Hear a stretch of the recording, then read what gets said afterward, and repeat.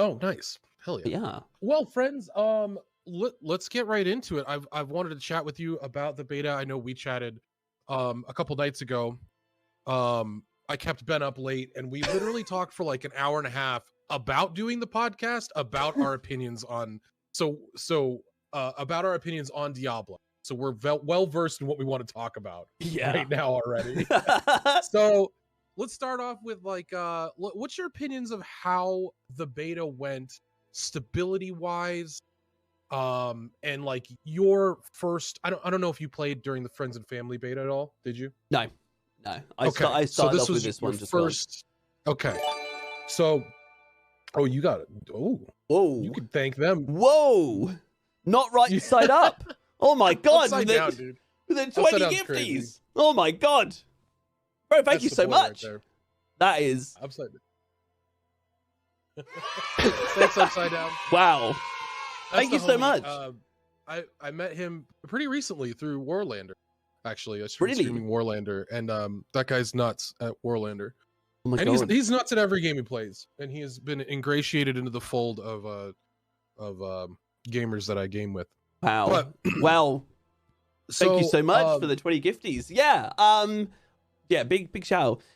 So yes, so stability wise, when it first came out, I don't think it took me, I can't remember, I don't think it took me too long to get in, because I was there like spam, go, you know, I was on stream like, let me in. Got into the game, but it didn't last very long. I got kicked out reasonably quickly. Like I was like level 2.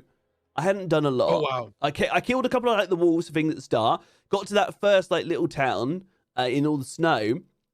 And then people in my chat was like, "Oh, I'm getting disconnected. Don't do this. I'm getting disconnected. Don't do that." And I was like, "I don't know what I want to do now. Like, I'm like, I don't want to do anything. I'm going to take it slow and steady." And then I eventually got disconnected, and it put me back to the home screen. And then everyone in chat was like, "Oh, bro, there's like over an hour queue."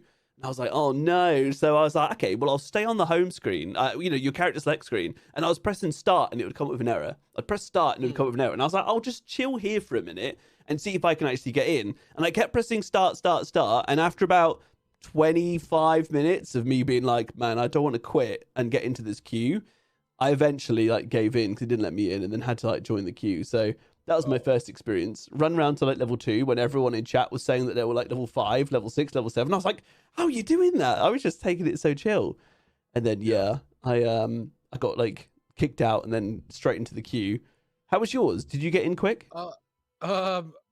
We talked about it. My chat knows about it, but my internet went out for 13 straight hours at 8:55 a.m. PST, which is 5 minutes before servers went live. So I was live, ready to party. I was here, sitting in the chair. I had a green screen. Everything was good. I had food. I was ready for the day. I was ready to stream for 15 hours straight, and then that's what happened. I got internet wrecked. My internet service provider was down for 13 hours. But when I did get in around 10 o'clock at night, it was pretty chill. I think I had like a 20-minute queue, and I didn't really have any disconnections or anything like that. It wasn't really any server instability at that point. I know that they had done some work on stretching the queues out so that people were very staggered getting in, so it made it a lot easier on the servers in general for people. So more stable. I was surprised, honestly, at how stable it was from that point on. I'd heard a lot about the horror stories of people having the 2-hour queues, but I remember playing like any sort of WoW release, and like this was gravy compared to sitting in queue for 16 hours, leaving your computer on, and if you're AFK for 30 minutes, then you get kicked out, and that's it. You know what I mean? So yeah, well, that was something actually that surprised me. There was no AFK kick out. Yeah, there was none. There was none at all. I think there ended up being one later in the weekend. Okay. Like I think Saturday I got kicked out a couple times leaving it on, but I wanted to test that as well. Right. Maybe it was just longer. Or not Saturday, it was Sunday. Yeah. Longer than I remember. Left I left it on. I left it on all night the first night, to test, and I was still in game when I logged back in. Nice. No, okay, that's when nice. I got back on. So yeah, no, that's great because I had managed to leave it on for almost like an hour. Like went and got some food, went into this, left it on, and I was surprised by that. But as you said, like the first night was pretty bad. Like there were disconnects, there was errors coming up, people were getting kicked out, and then you have to go into that like huge queue. But after that, once they sorted it, because they there was an article released, like a I'm not sure if it was like one of the like gaming companies, whatever. It did like an article with them and spoke to the developers, and they said that they were doing like loads of testing, and obviously that's something for it. But they after that, like Saturday and Sunday and like Monday, there's like no queue. You could jump like straight in. So if they have anything, if they've learned from that, tomorrow I'm hoping, man. I'm hoping we're not really gonna get queues. We'll see what happens. But... Bro, I will say I'm 100% sure we're gonna have gigantic queues because I mean you're looking at a free open beta, like it's gonna be a long let's say that pure copium from my end then.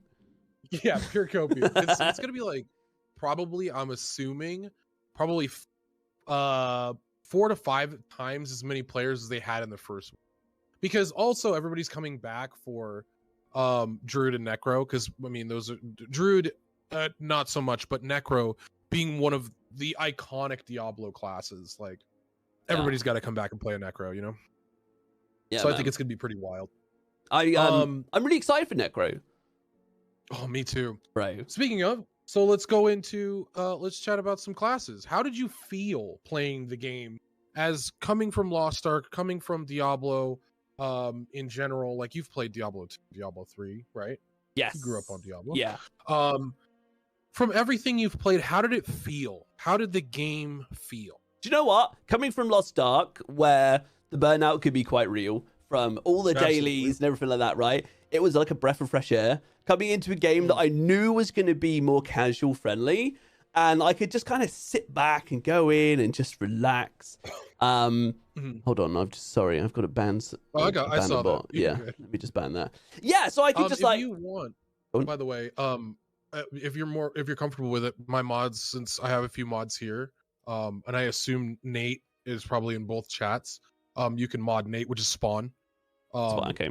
And he would be able to help out with that. I trust Spawn with my life. I sent him a video card recently. Nice. For free. Okay, well, Spawn, if you could say something in my chat, I could do that, brother. Yeah, so it was like a breath of fresh air, really, coming in, and I could just, I already felt like I could just relax with it, even though it was like limited time during the beta, and there's loads of stuff I wanted to do, loads of footage I wanted to get for YouTube videos, stuff like that. I was like, okay, let's go in and let's just take it chill. And I was enjoying the story a bit, maybe a bit too much from the limited time we had, because I wanted to enjoy the cutscenes and do this. And it felt great to just like pick a class and go through and like kill a few wolves and start the quest. And yeah, for me, because I know it's going to be, I've been using the term like, you know, Blizzard can kind of like get games from, or get like inspiration from like this game, like PoE, get it from Lost Ark, get it from there, and they're like bringing them all in to Diablo's, you know, MMO influence and stuff like that. But it's kind of watered down not necessarily a bad way, because it's for the masses, right? So it makes it more casual friendly. So I kind of like the idea that it could be more casual friendly, although you could still play a hardcore character and then try and get to like end game leaderboards, and you can still play it like competitively. Stuff like that. But yeah, it was just pleasant starting it. How did you find it? Like just making a character jump into the world. It was one of those experiences like for me, like pretty cathartic when you have that feeling of being able to play something you've looked forward to for so long. You know, like Diablo 3 came out, it didn't feel like a Diablo game, so to speak. Not necessarily Diablo 3 being a bad game. I love Diablo 3. I think it's very fun. But Diablo 4 was like a true successor. So like logging in for the first time of Diablo 4, it was a very like, it's like almost therapeutic to get that release of, you know, the serotonin, and you're like, yeah, this is the oxytocin, that's what it's called. Yeah. Probably. I don't know brain Oxytocin? Oxytocin. Yeah, I think is what it is. that's what. Yeah, and you're just like, oh yeah, this is the dopamine hit right as well. Yeah, that dopamine hit. Yeah, absolutely. Yeah, so I and they had, one of the classes I wanted to check out, which was sorceress and sorcerer. And I was like, you know what? Like, this is just an all around, the feel of it coming from Lost Ark, like playing competitive Lost Ark PvP and stuff like that. Like, it felt good. It just felt good to play. There are a few things that I have issue with. We'll get into that when we talk about classes and stuff like that. Like more so like focused, but like the game in itself feels good to play, and I was very excited about that. That's what I was worried about the most, was that like Lost Ark comes in so fluid and you have so much control, and then I was worried that we would have a similar situation where we have like I don't know if you played like Last Epoch. I haven't yet. Okay, so I was worried that classes would feel less or more spammy like Diablo 3, which again, I'm still worried about that, and we'll talk about that later as well. For sure. But the initial feel was very, very crisp, and I quite enjoyed it. And I was surprised at how well it ran for a initial beta. So yeah, although memory leak. Yeah, the memory leak. The memory leak, bro, because it was crashing my OBS, and I know there was quite a few other streamers as well that had this issue. My OBS would just crash up. My Streamlabs OBS would crash up, which is what made me swap to OBS, which was better. But then that would crash and knocked up. Apparently, turning your textures from high down to medium was like the key to like trying to sedate that at least a little bit. That was key. But then I reached out to another guy I found on Twitter, actually, funnily enough, who'd gone through some settings, and he told me a few settings he did to like, and he was like testing the memory because he was having an issue. Just like a random streamer that I'd found on there. That's awesome. But yeah, no, so managed to sort that down, because that was a bit of a pain trying to get on that sorted. But anyway, from there, what I want to know about, how was your like first like moments, your journey? You made your character, and what did you start with? I started with a sorceress. Yeah, you started with sorceress. What did you do? Tell me like what you did, like what kind of build you went, and as you were going through like a little bit of your the start of your adventure. Yeah. So my friends were all in. I had like a few people from my Discord that were all in, and they were like, DJ's online, we're all making new characters, let's hop in with him immediately. So I was like, okay, well, I kind of wanted to experience the story solo, but just get in. I need to start leveling a character. I need to be able to test stuff as a streamer, or a content creator in general. There's one of the things where you feel regularly like you have to play the game a different way. You don't get to enjoy it as much as like playing offline or something like that. Like you have to create content, so you have to be the fastest, or you got to be the smartest, or you got to be the funniest, or whatever it is. There's always that like little pressure, that nagging feeling that you get in the back of your head. And you can't just enjoy something for what it is for a few minutes. So when I logged in, I was already live. I was already like, all right, let's hop in, let's start leveling up, let's get going. But I want to watch the storyline. And I had a few friends that were like, they were skipping cutscenes, they were already ready to go, and I'm like, all right, that ain't gonna work. Like I gotta watch this. I gotta like get dialed in. So it was a little bit like that kind of aspect. I understand from their perspective. They'd already been playing for 13 hours. They want to play the other characters and stuff. Whereas I'm playing for the first 5 minutes, and it was a different kind of experience there. But otherwise, like the storyline, the initial parts of the storyline, I was really excited about, because D3's storyline fell so flat for me.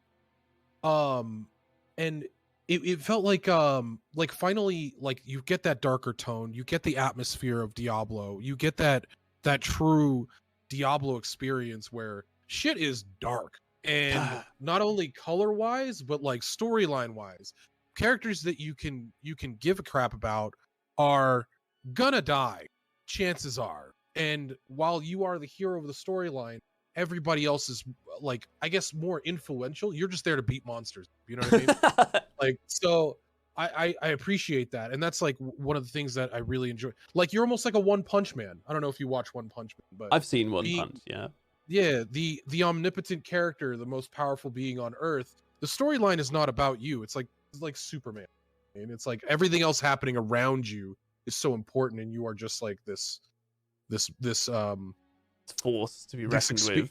Yeah, Yeah, kinda coming and through. you're there experiencing the world as a god, almost like Dr. Manhattan shit. So, anyways, yes, I thought they did a good job of like giving your character some sort of fallibility where you drink the um the petals of Lilith, and you have that moment where you're like that moment of weakness, you're seeing Lilith, all that stuff, and like that was really cool. They did a great job. Like, and then going forward, you're like, okay, this is why. There's a good reason. I'm not just like in D3 where you're just like, oh, you're Haradrim, Nephilim, you know, you get all that information where they basically say, you're a god, go do god stuff, have fun. So Go do God stuff. yeah. So Meteor I crashing down. Go check it out. yeah, check that out. There's probably a primeval over here. You should punch him in the face. If you punch him hard enough, he won't come back. And you're like, cool, I'll go do that. Yeah. So, I thought it was sort of for the initial first act. I think far better than D3's first. Amazing. How are you feeling about the storyline? Yeah, the storyline, bro, I was loving it because I know you were talking about a minute ago about like the streamer pressures, about having to like be like first or rush up there and do that. Do you know what? I let all that go. I just chucked all of that away when I played. And I was so slow. As I said, like I got to that first town and everyone in chat was like, yeah, I'm like level 7. I'm like level 5. And I was like, bro, I'm like level 2. But I was watching all the cutscenes, and then I would stop and be like, oh my God, this is amazing. Like I feel like, and I was talking about like how I like my reactions and how I felt about it all. And it was really refreshing to do that. And so I just let it all go, and I was like, fuck it, let's just take it, chill, and do it. And I did that for like pretty much the whole story. Like I didn't skip anything. I watched all of the cutscenes, and bro, I was hooked. Every time a cutscene came on, I was like, "Whoa!" Everybody, shut the fuck up! We're watching the stream. cutscene. Shut up!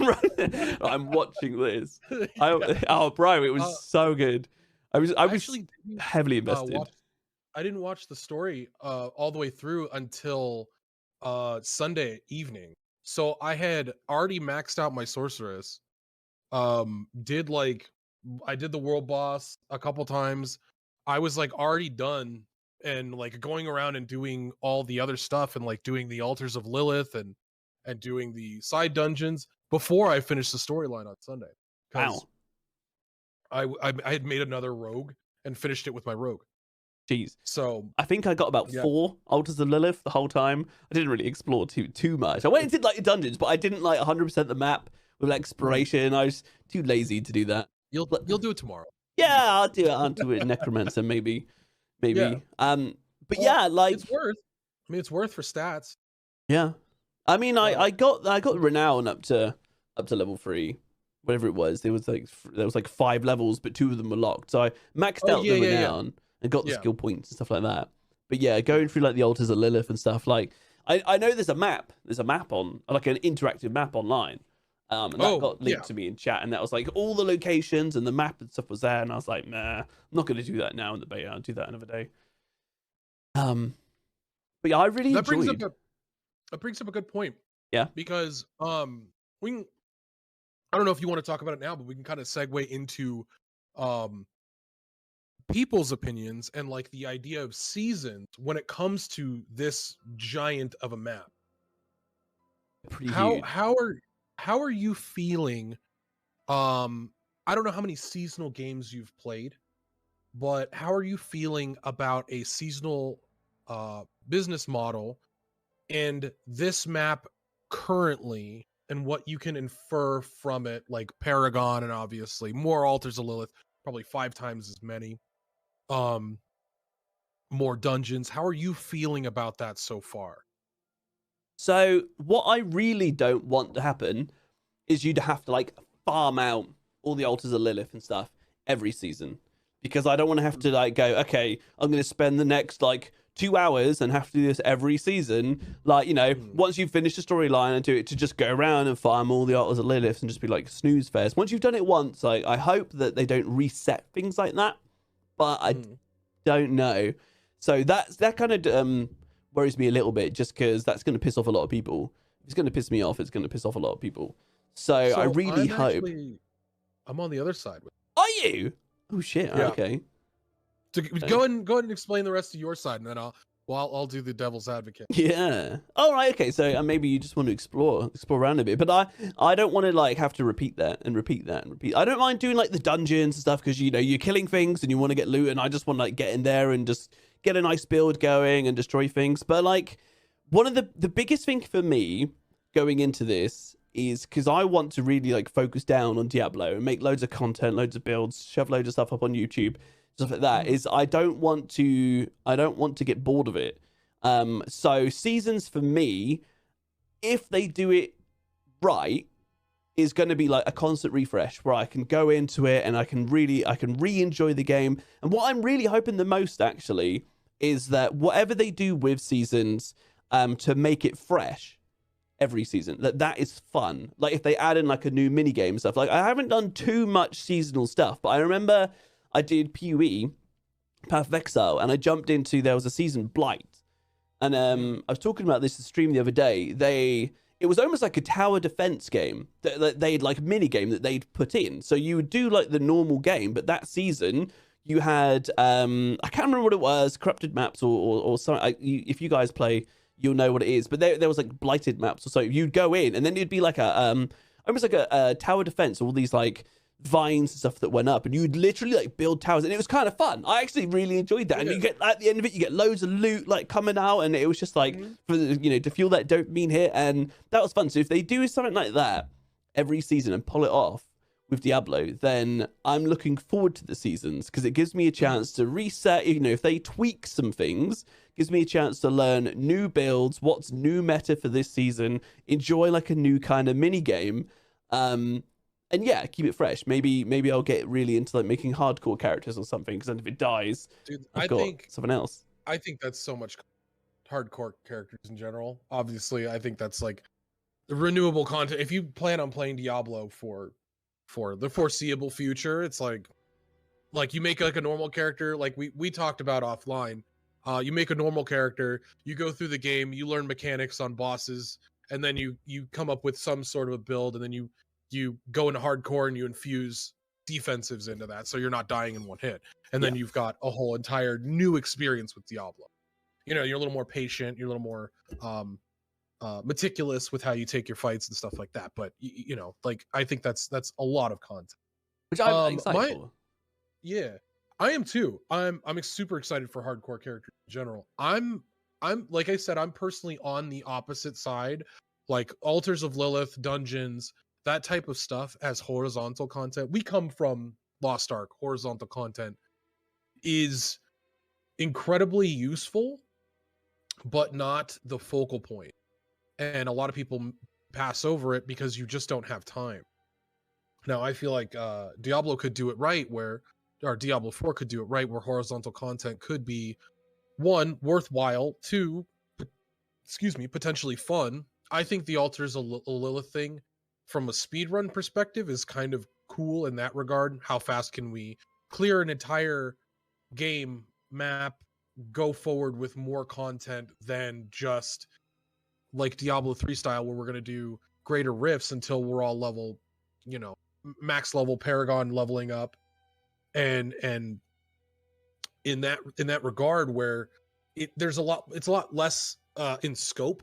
So you're a lot more pinpoint focused, level up, get your gear, get into greater rifts, get your gems leveled up, and then clear as high a greater rift as you can, get on the leaderboard. And then you're done with the season.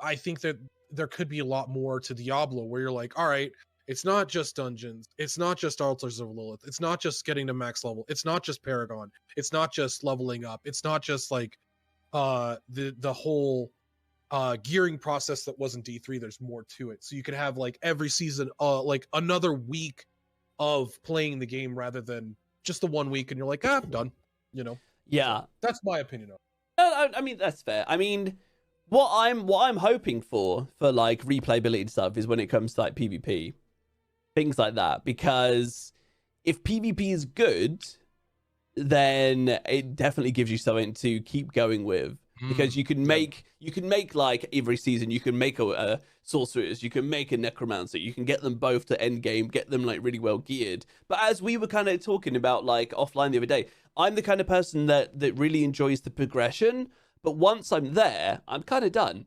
And this is where it's like, you know, if I had a character, saying like Lost Ark, if I had swiped and got a character, Ben, real quick, you keep talking to them. I'm gonna move my shoes because Mapete is bothered by my shoes right here. I'm also bothered by them. I forgot they were there in the middle of the podcast. I'm like, I should probably. How could you have your shoes there in a podcast? Oh, I'm sorry. bro, I'm sorry. So disrespectful. What do you think? What do you think, chat? The shoe? Oh, they're coming. Sponsored. Oh man. Yeah. So as I was kind of saying, like, I really enjoy the progression. Hey, welcome back. I was just saying, I really enjoy the progression of a game. So another game that I was kind of talking to DJ about this the other day is Ark Survival Evolved. If any of you guys have ever played that, it's like the dinosaur crafting game. The most fun that game is for me is when I just start and I've got like a brand new character and I don't know where I'm going to build a base. Like, no matter what server I've done, I've played it on and off over the years quite a bit. When I just start and I'm like, okay, let's pick up some rocks and get some twigs and do all this. But by the time I've like built a base and I've got all the big dinos and I've got like this, and I make like this epic base and I plant the last like defensive turret and I'm like, cool, it's done. I'm like, I might as well log off now. I'm like done. And I'm really hoping that Diablo doesn't have that same thing. And that's where like Lost Ark caught my attention for so long, because it's so hard to get to like to max with like a roster, you know? I just imagine you building like the Sistine Chapel and you just kind of look at it and you're like, all right, time to go. See you guys later. Done with that. And just See you now. Away forever. Never to look at the beauty of what you've created again. Well, that's kind of like chat. Am I the only one? Am I the only one that's like that? Like once I've done it, like if with Diablo 4, if I get to like end game with a character, say I wasn't streaming, I wasn't making content, I wasn't doing this. If I got to like end game, I would use that character and I was doing like the max level nightmare dungeons that we get, and I've got this OP character, amazing build, and I blitz like a load of them. I'd be like, cool, I think my build's done now. I'm like demolishing everything. I'd run the 100 like a bunch of times, and then be like, yep, cool, what's next? Like, make another character, do this. I mean, that's where like PvP for me could be really strong in this. You just go and do some PvP, and you can take that character and still use it in other ways. But maybe leaderboards. I'm worried about PvP, man. Oh, we'll talk real quick on PvP. Like, obviously, I come from Lost Ark, man. PvP is very stringent, and like the idea of PvP in that game is like combos are very consistent, but it's very much like a Smash Brothers style fighting game where, like, if I'm on the offensive, I am in control of the map, and I'm in control of you and me, right? Because I'm dictating whether you're knocked up or knocked down. In Diablo, with CC being as strange almost so far to me, I worry about PvP as also playing Diablo Immortal. I don't know if you played much Diablo Immortal, but I played a lot of it. No, I didn't touch it. PvP in that game was a fucking mess, to be honest. It was obviously there's like having a leaderboard in that. There's just like it's so pay to win. It was a nightmare, and you were supposed to be put in brackets where you're fighting against people that had the same amount of money spent as you, which is just like mind blowing to me anyway. Yeah, like Immortal was a mess. So coming from D2's PvP, which is farm hundreds of hours until you get to end game gear, then go do PvP. And then D3 PvP, which is non-existent in the original game, and then they added it for the expansion a little bit. And then Lost Ark, which is just like almost perfect to me. I love PvP in Lost Ark as an arena, not as like open world PvP was nice. and then seeing like Diablo 4 and like they haven't really showed much of PvP yet, kind of worried. Yeah, what I personally hope from Diablo 4 PvP is that it's kind of equalized and it's not just like this person. I don't know how they're going to do it. I don't know how they're going to do it, man. And like, they're not going to add any kind of arena or anything like that. But if it's not like equalized to a degree or like balanced, then it's literally just who's going to be like having the most time to farm up some stuff. Maybe they get really lucky with like an Omega Giga Chad, like unique item or something that makes a build just like incredible. Because they're going to come into the Fields of Hatred and fucking steamroll. Can you imagine having like a god roll character? It might be quite funny if it's you. Like if I had a steamrolling character, jumped in and saw like 8 people PvPing, and I just went up and like a barbarian, just like whirlwind and one shot everyone. It's like, and they all you watch them all try. You'd die. You could have a good like laugh about it, but it's not balanced. It's not fun for everyone else. No, if you just get one shot. I mean, they had people in Diablo Immortal. I don't know if you watched any videos of that, but that's a prime example of what you're talking about, where people would have tens of thousands of dollars spent in the game, come in with like extremely OP gear, and literally one shot the 18 people on the other team immediately. 18. I think there was 18 people in a game. It was 9v9 or something like that. I forget. 10v10. Anyways, but you literally had. I mean, you have videos of like Quinn going into PvP and just like doing like a scatter shot on Demon Hunter, and 3 people die, and you're just like, lol, like what the fuck is this, right? Wow. So obviously the gear disparity is a worry, and coming from Lost Ark again, like item level being so prevalent in open world PvP, that's why I liked Arena so much. Everything being equalized, and nobody has more skill points than anybody else. Nobody has better gear in that regard. It was all about your build and how you played. And I worry that that D4 can stray very far in the other direction of like gear disparity is too much to overcome. And, you know, the random proc chance of freezing somebody versus chilling them, that stuff worries.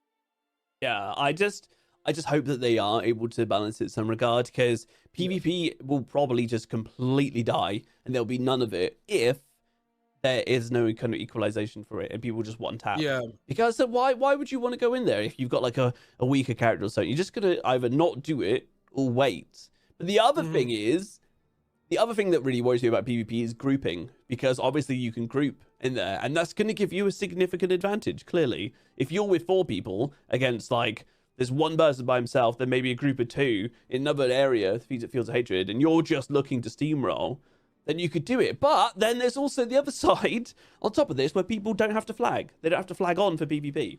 So they could just be there.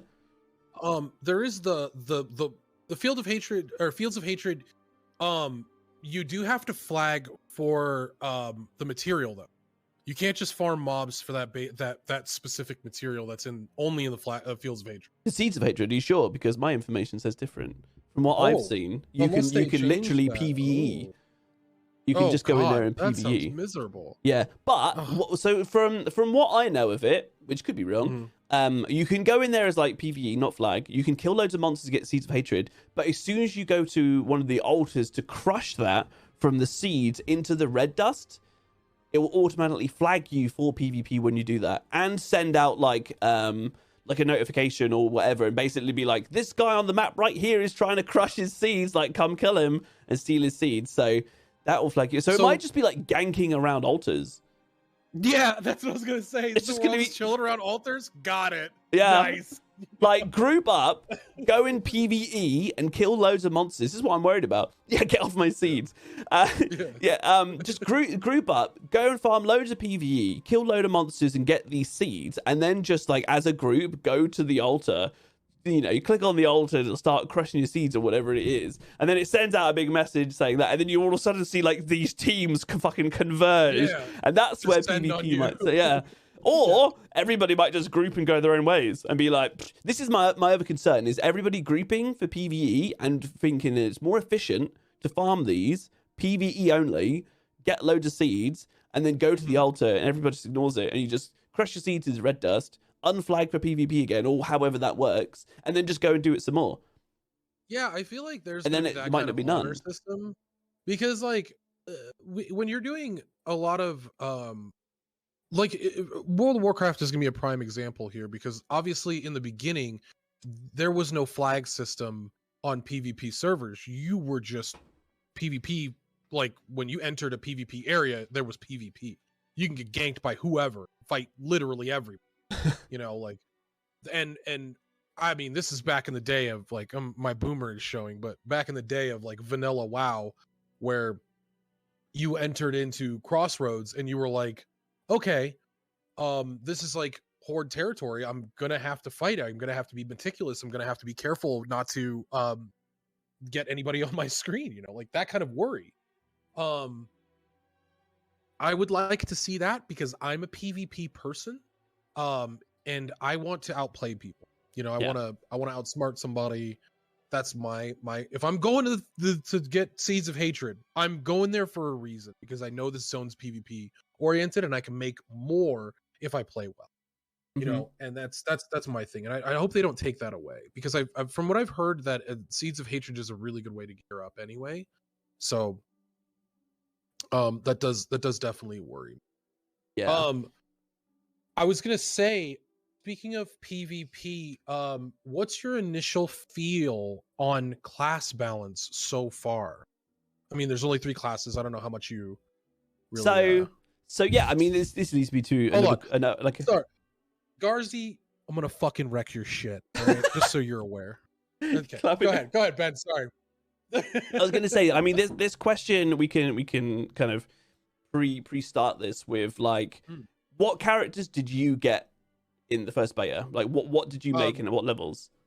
I got both Rogue and Sorcerer to 25. Okay, because I got them both full legendary geared out. My Sorcerer obviously being more so geared out, because I played it first and like creating my Frost build. Oh, you asked that earlier, and I passed right over it. I made a Frost build. I've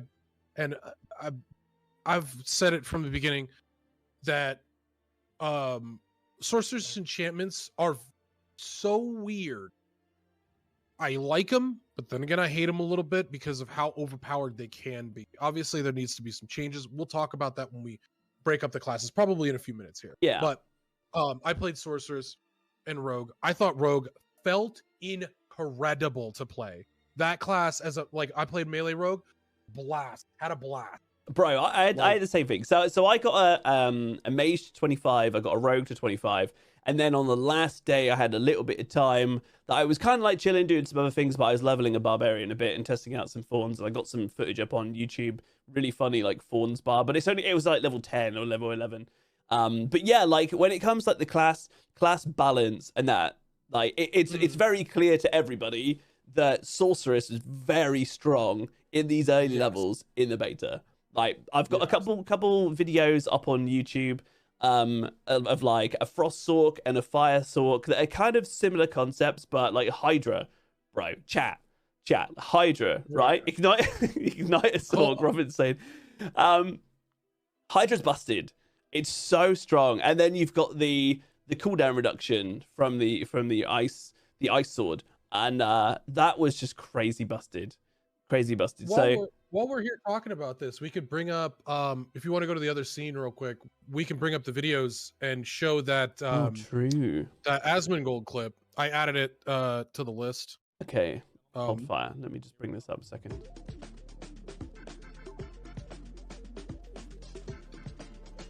This is how real podcasters work, friends. Real, yeah. Just figuring this out. So together. Have you brought it up? I have it expanded. It's the video playing right now. It's not playing for me. Hold on. Oh, it's not playing yet. I haven't clicked play. You can click play when you're ready. I just have it. I'm ready to show pressure on everything. Sorry, I've got something coming through though. Hold on. Oh, I know what. Okay, no worries. Can you play it? Yep. Let's see.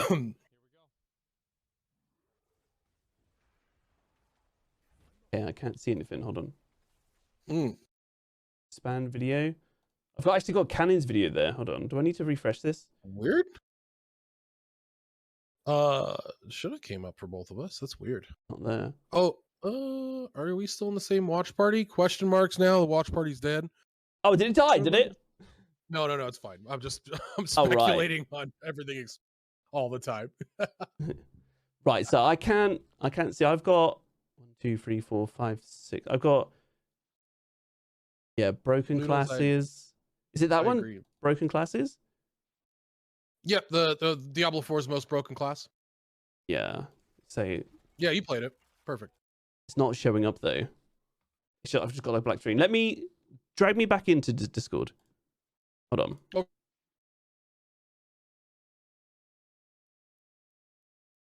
Okay, I was gonna say, you should be able to drag yourself. Yeah, actually, I just thought about that. So join activity. Let me see if this reloads. It just blacked off, guys. I'll get to this in a second. So you're sharing. Now I can see it. Yeah, it was blacked off. Okay, so I can expand this. Bring this one up. Okay. So yeah, so some of these classes. It'd be funny to have Asmongold here. Some of these classes were like really. I mean, look at this. You got 2 seconds, 3 seconds, 4 seconds. Hydra dead. Like 5 seconds to kill a boss. Crazy, absolutely crazy. So smile. I love that. Look how happy he is. I love that. Yeah. Anyways, one prime thing we should talk about with this though is that this is also the second level of difficulty. Monsters are going to have 2 to 3 times more HP than that in the final torment or whatever it is, and then beyond that they're going to build more difficulties as well. So this is a pretty, like, it's a good indication of like the difference between Diablo 2, Diablo 3, and Diablo 4 in terms of time to kill is not going to be that much because of how fast you're able to actually kill stuff. Everybody was saying that Diablo 4 was going to be the more slow game, the more meticulous game, and as you continue to play it, you realize how fast it can actually be. Yeah. So, but like I've just brought up, this is like a fire sork build that I put up on YouTube, and it's crazy because I thought the same thing. I thought this was going to be a slow paced game where, you know, you come up against a group of enemies and it's not going to be just like bam and kill them all. The other thing is here though, is it you should be able to click the arrow full screener. It is full screen, but it's just, this is just how it goes. It's fine. We'll just have it like this reason. Yeah, there. When I got into like a group of enemies, like you'll see here, I just got like an AoE build and they explode. But we are level 25 with like a full build. That's the other thing is when you're leveling, if you just keep pushing, you're not going to like stop to sort out and farm out a build and stop at 25. You know, you're going to find pieces that are like an upgrade and you put them on. You're going to get to level 30, then you're going to put it on. You might have to, you know, you might get like a nice legendary like aspect or something that you can pull off once and put it on. But then there's also the Codex, right, that you can keep putting on gear as you go. But that doesn't have everything. So say there's like one key legendary aspect, you might find it and be like, that's great for like 10 levels. And then you pull it off and you put it on another bit of gear and it's great for another 10 levels, but then you can't pull it off again. So if you don't find it again, it might slow things down if that's like critical for your build. But I honestly, I did think that this was going to be a lot slower, and it ended up being like, I don't know, I felt like I could just like nuke through. As you can see, like here, like a lot of this footage here, like I'm basically not stopping running. I'm just like planting a Hydra, doing like a fireball, you know, CCing and blowing up the whole group. And then I wasn't picking up gear at this point because I was just kind of showcasing the build. But look, it just annihilated through. But do you know what? I really honestly thought playing it, and from everything I'd heard about it being slower, I was really looking forward to it being slower. And then when I started doing this, I'm not gonna lie, I really enjoyed myself. Like I really enjoyed it. With these games is that it is important to be able to do this. One, because if you're going through a long dungeon, every single engagement being life and death is going to get monotonous, or monotonous in the regard of, or stressful, I should say. Not stressful. Yeah, and so a lot of people will be turned off of if it's like Elden Ring, where, you know, I know Elden Ring got Game of the Year. I know that game is phenomenal, by the way. I love Elden Ring. I think it's a fantastic game. Great game. But that's a good example of difficulty being too much for certain players. And this, again, like you talked about before, it is lowest common denominator when it comes to gaming. It's your entry level daddy's first Diablo, you know? It's this game, right? It's like it hasn't been like, it's not Path of Exile intricate. It's not Last Epoch choice based, you know. It's Diablo. It feels like this. It feels good to play, and it's going to be enjoyable. I think that they did a good job with the pacing of fights so far. And again, like you said, like where you get stuff for, you said it was the Crucible, or what was it called for what? The Oculist guy, or the Occultist. Sorry, not Occultist the guy. Oculist. Oh, Yeah, what, yeah, you get the So- aspects. yeah. What? Yeah, the aspects. What was the other thing you said about it? They're like the aspects are the ones that go into your inventory. There was the other thing that stays That's the with Codex. the Occultist. So The you got the Codex. Codex, but then you could pull off an aspect, Mhm. and then you could Yeah. pop that onto an item. So with the Occultist, being able to say, okay, you know what? It's a new season. I want to play Necro. I know where these Necro Codex entries are, so I can use the entry level of this legendary passive to create this build and go from there. Oh, my connection got lost for a second. That was weird. Okay, now it's back. Anyways, Seems good to me. yeah, I like how they have the legendary system so far. Yeah. With like almost like a mixture of the Herodric cube or Kanai's cube, the aspects, that style of codex, and I it feels like I can still influence at a low level where I'm not just waiting until I get a full set at level 100 or whatever it is, and then I feel somewhat powerful. You know what I mean? Yeah. I like And the Codex. The Codex of Power, I think, is great. yeah, I think it's a I really think they good did a good job. addition. Yeah, it just means that you can at least get like a base level of a build going, like all the time. And you can Yeah. start the game on a new character knowing that you've already gone round and unlocked these. Yeah. And then yeah, just like get a Necromancer, like you've made a sorceress, you've got through all the game, maybe you've done all the dungeons, you've locked them all, you've done a whole bunch, and you've unlocked some Necromancer ones. You make a Necromancer and then you can pop them on. You can feel like that kind of early power straight away, which I think could be quite cool, because there's the other side of this as well.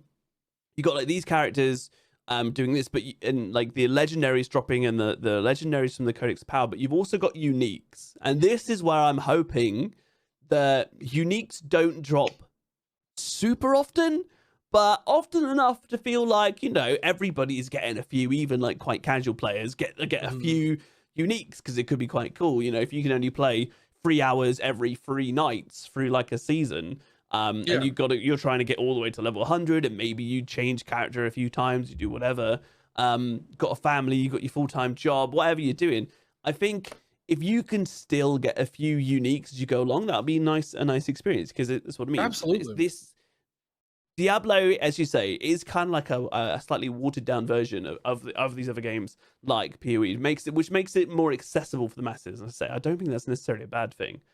So I don't know. I like the Codex Power a lot. I think it adds a lot to the game, a lot of fun. I think it adds a lot of fun to the game. But the fact that it's only the minimum, like, dynamic range of a legendary aspect. So, say one that does, like, I'm just say something basic. It does either, like, the legendary aspect could be an extra 10% crit chance, or 20% up to 20% crit chance. Obviously, it just gives you the lowest dynamic range. I like that system. Yeah. So you're able to actually shoot for something where you're farming a particular thing.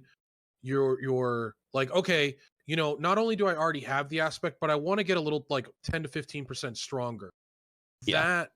That to shoot for is always gonna be something I like. I haven't seen this video yet. I want So to watch this. Yeah, I want you. This is a really short clip. So this is a barbarian, because you're talking about like class balancing and stuff. And a lot of people were saying, like we were kind of touched on a minute ago, that sorceresses felt really strong, and they do. And rogues I really enjoyed, and like Cannon's got a video up. I've got it up on here as well. We can watch it in a minute. Cannon 46,000 damage. It's 46k. See you later, dude. 46k, which is ridiculous. Look at these. Let me go back here. Look at the numbers that he hits for. So it's like 125. Like these are like yellow, right? These are critting 800 with a bigger hit, 300, and then 46,000, and it just deletes the boss. Because there's loads of people that were saying, this is Cannon's video here. I'll pause this one. Loads of people were saying that like Barbarian felt really weak, and early on it felt really clunky, and I can agree with what I tried. Sork felt absolutely amazing the whole way through. Yeah. Rogue was so mobile because I'd already done the storyline. I chilled with my fire sork. I made a fire sork first, and it was just unbelievably cool experience to go through the game for the first time with that, and it felt good as well with being a sork. Then I made the rogue, and I wanted to speedrun it because I didn't have tons and tons of time. I wanted to speedrun it. Having Shadow Step, your spacebar evade, which I put boots on, so I had 2 of them, and having dash, which comes with 2 charges, bro. Going through the storyline, I was like a fucking ninja. Zip, zip, zip. It was so good. Like for speedrunning stuff, oh my god, bro. Rogue is so good. But then you could put on Twisting Blades, which is the build here. I'll play this one as well. This is what Cannon's got on his Twisted Blades build, which is hella strong. I actually made this. I think it's a lot of fun too. Like Cannon's video. When you're moving through fights with Twisting Blades, I think that was the most fun I had in Diablo 4 so far. Now I'll be making a melee necro build. I've kind of looked at what they'll be doing, so tomorrow I'll be working on necro. Nice. But yeah, like Rogue felt so cool. Like you feel the tone of the class, the mobility, all of that stuff really truly feels so separate from anything else in Diablo 4 at least. You know, you really feel good. Yeah, like when I was playing Rogue, I felt like I was a rogue. Like I felt zippy. I felt like I was, because I did the same as you. Like I went melee. I didn't actually have a chance to try out ranged. I wanted to, but I didn't have enough time. So I just went melee, and I experimented with this build that we've got up, showcased at the minute, Cannon's build, and then there was another build as well, based around the other melee, core skill, but I can't remember what it's called now, Flurry or something like that. I think I did it through Flurry, and you could like AoE basically like around you, and that was really useful. Like Twisting Blades, this build here really picked up by the time you got to kind of like level 20, or maybe 15, and you got Inner Sight unlocked. Which is this one, this bit down here. This gives you like the infinite energy. You can see Cannon absolutely deletes this boss because he's basically got infinite energy. That felt really good once you had it set up. But early on, I tried to do this early on, like without this, and it felt terrible. But Flurry felt amazing. So like early game leveling, I was super zippy, and then I think it's Flurry. I might be wrong. And it was just, I would jump into the middle of things. It's like melee, and you, as I said, you shadow step straight in, and then I'd just go bam, bam, and then everything around me would just die. And it felt really cool because I could shadow step in instantly and then bam, everything died. I was like, that's cool. Like I felt like a nippy rogue.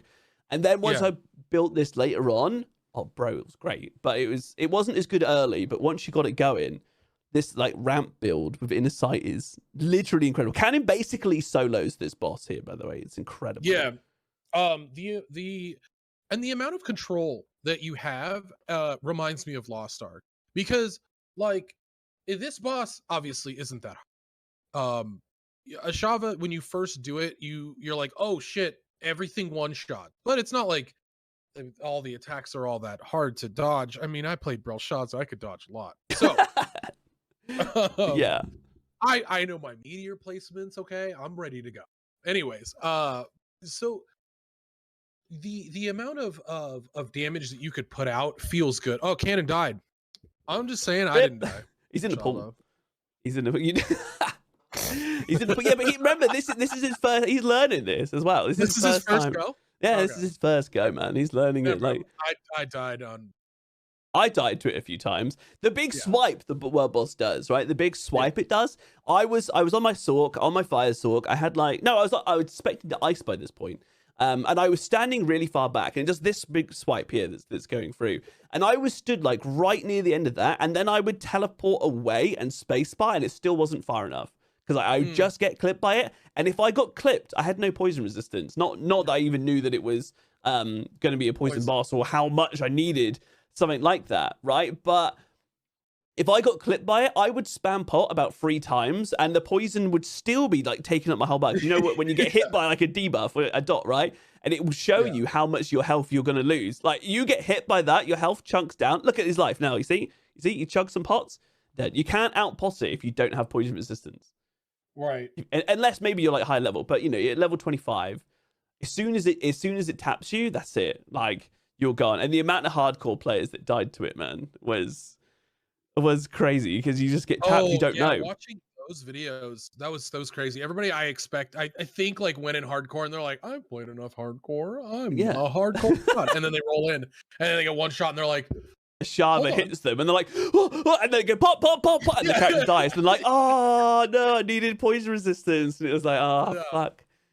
Dude, that on its own is like, that's a wonderful aspect of these types of games. Like, people do hardcore runs in World of Warcraft and stuff like that. They do like vanilla. You know, that's a thing that's evolved, is like creating cool like Iron Man runs and like old school RuneScape stuff like that. Like, that's so great, and the fact that it has that in the game, like, obviously I'm a big fan. I've talked about a lot about hardcore being the future of what Diablo 4 becomes, in my opinion. I think so. Potentially I how I would play too.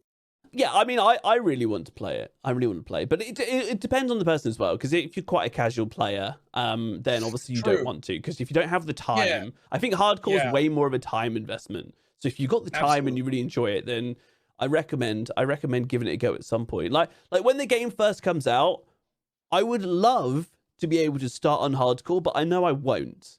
And I'll tell you why. Because I want to be able to explore the game, and obviously being content creator, I want to be able to like get up to end game, showcase end game on streams, but also make builds and put them on YouTube. You know, like loads of other content creators stuff want to do. And it's gonna be glorious to be able to do that. But without knowing the game and going in on hardcore and then being like, you know, we've got this world boss here, which we pretty much know now. You know, I know it, you know it, I know Canon, loads of people that have played it, like know the mechanics, you know where you can stand, you know where to dodge and all that stuff. But you know, imagine the next one, and every time on hardcore you get to it, you're gonna be like, oh my god, like, is this gonna one-shot me? Do I need frost resistance? Do I need this? And on hardcore it's gonna be too stressful when you want to get to end game to make content. So.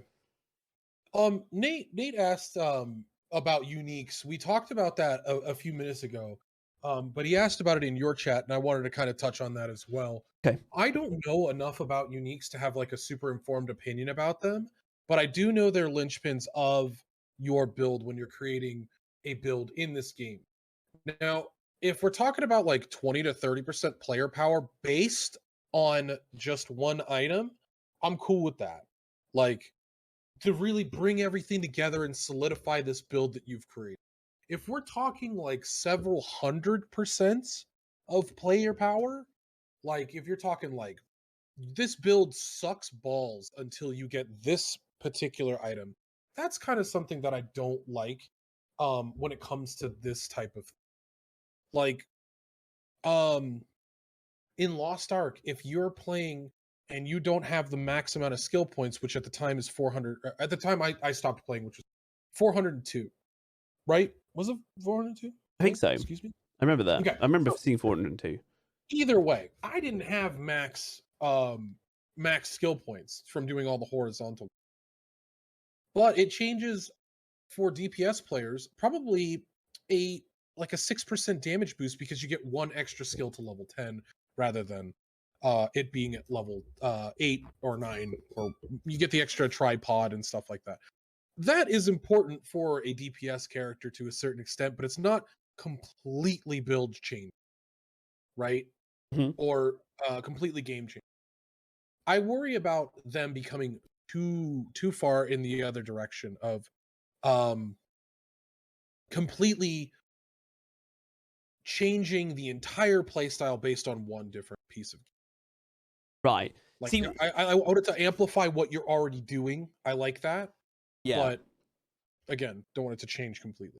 Well, this is it. I mean, we'll find out when uniques, people start getting them and we start finding out how powerful they are. But from what I had kind of heard is, I think it was from the developers in an interview, they kind of said it, the uniques are the kind of things that you make a build around, rather than having a build and getting a unique to be like, this is what it's for. You kind of find it, especially at the start. I mean, maybe when you know all the uniques, then yeah, you can do that. You can kind of preempt it. But especially at the start, it's kind of like you've got your build with your legendaries, the legendary aspects you're going through. You kind of know what you want to do. And then you find a unique, and then you're like, oh, that seems kind of cool. I'm going to build around that unique, around that kind of thing. So I'm hoping that we get stuff like that and it just is cool as fuck, because I think legendaries, from what we saw in beta, legendaries are going to be dropping left, right, center, right? We're going to get loads of them, unless the drop rate of them is a lot higher because it's beta. We don't know. We'll find out. But uniques are the things that they've said are going to take a while to do. There was a quote as well that they said that in a season, a lot of people will get like 1 or 2.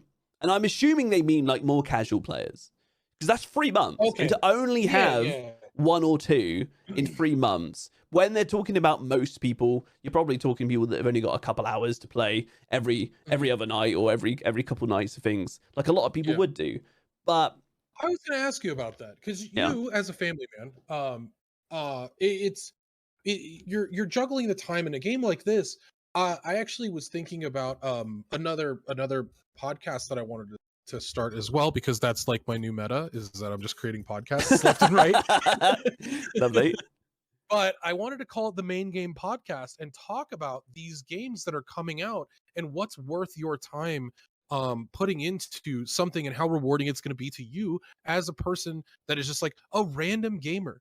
Destiny 2, Diablo 4, Path of Exile, Lost Ark. Like, what is the worth to you, and how is it going to like impact your how much you play day to day? How much is the enjoyment going to be on an hourly basis when you can only play 5 hours a week?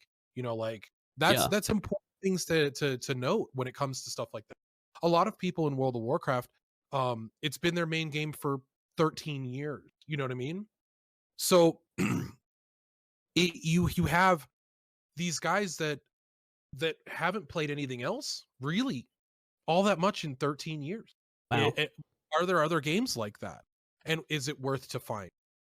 So that was something I wanted to talk about. How are you feeling from a family perspective of how the game feels already? Well, that's what I mean. I think it is casual friendly from what I've seen. The Codex of Power kind of makes it so, because all you got to do, like if instead of spending hours and hours farming to try and get a legendary to make like a nice build, you just look on the map and it goes, this dungeon gives you this legendary aspect, and you can even like search for it. You can go to the Codex of Power and go over like one that says like the second Hydra that you can summon for Saul. You can go over it. I think you can like right click it or do something, and it literally tells you where it is. Like it's so casual friendly.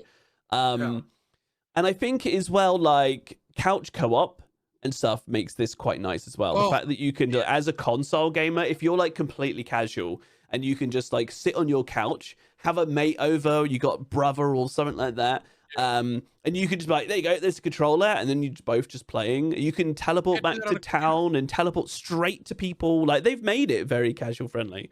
So if you have lots of commitments, you know, that's what I mean. They've made it so that it's very accessible, a lot of stuff. And then when they put mounts in, it'll be a lot quicker as well to travel the world. Yeah, absolutely. And real quick, you brought up mounts, and I want to touch on that. But my girlfriend just got a PS5, and I normally sit at this computer. This is my existence. This is like my circle is right here. You know what I mean? Yeah. Like my girlfriend up these stairs, she's got a PS5 now. And so the fact that I can crossplay, and like if I wanted to just sit upstairs and she's like, hey, you know, I know you have some stuff to do on your game.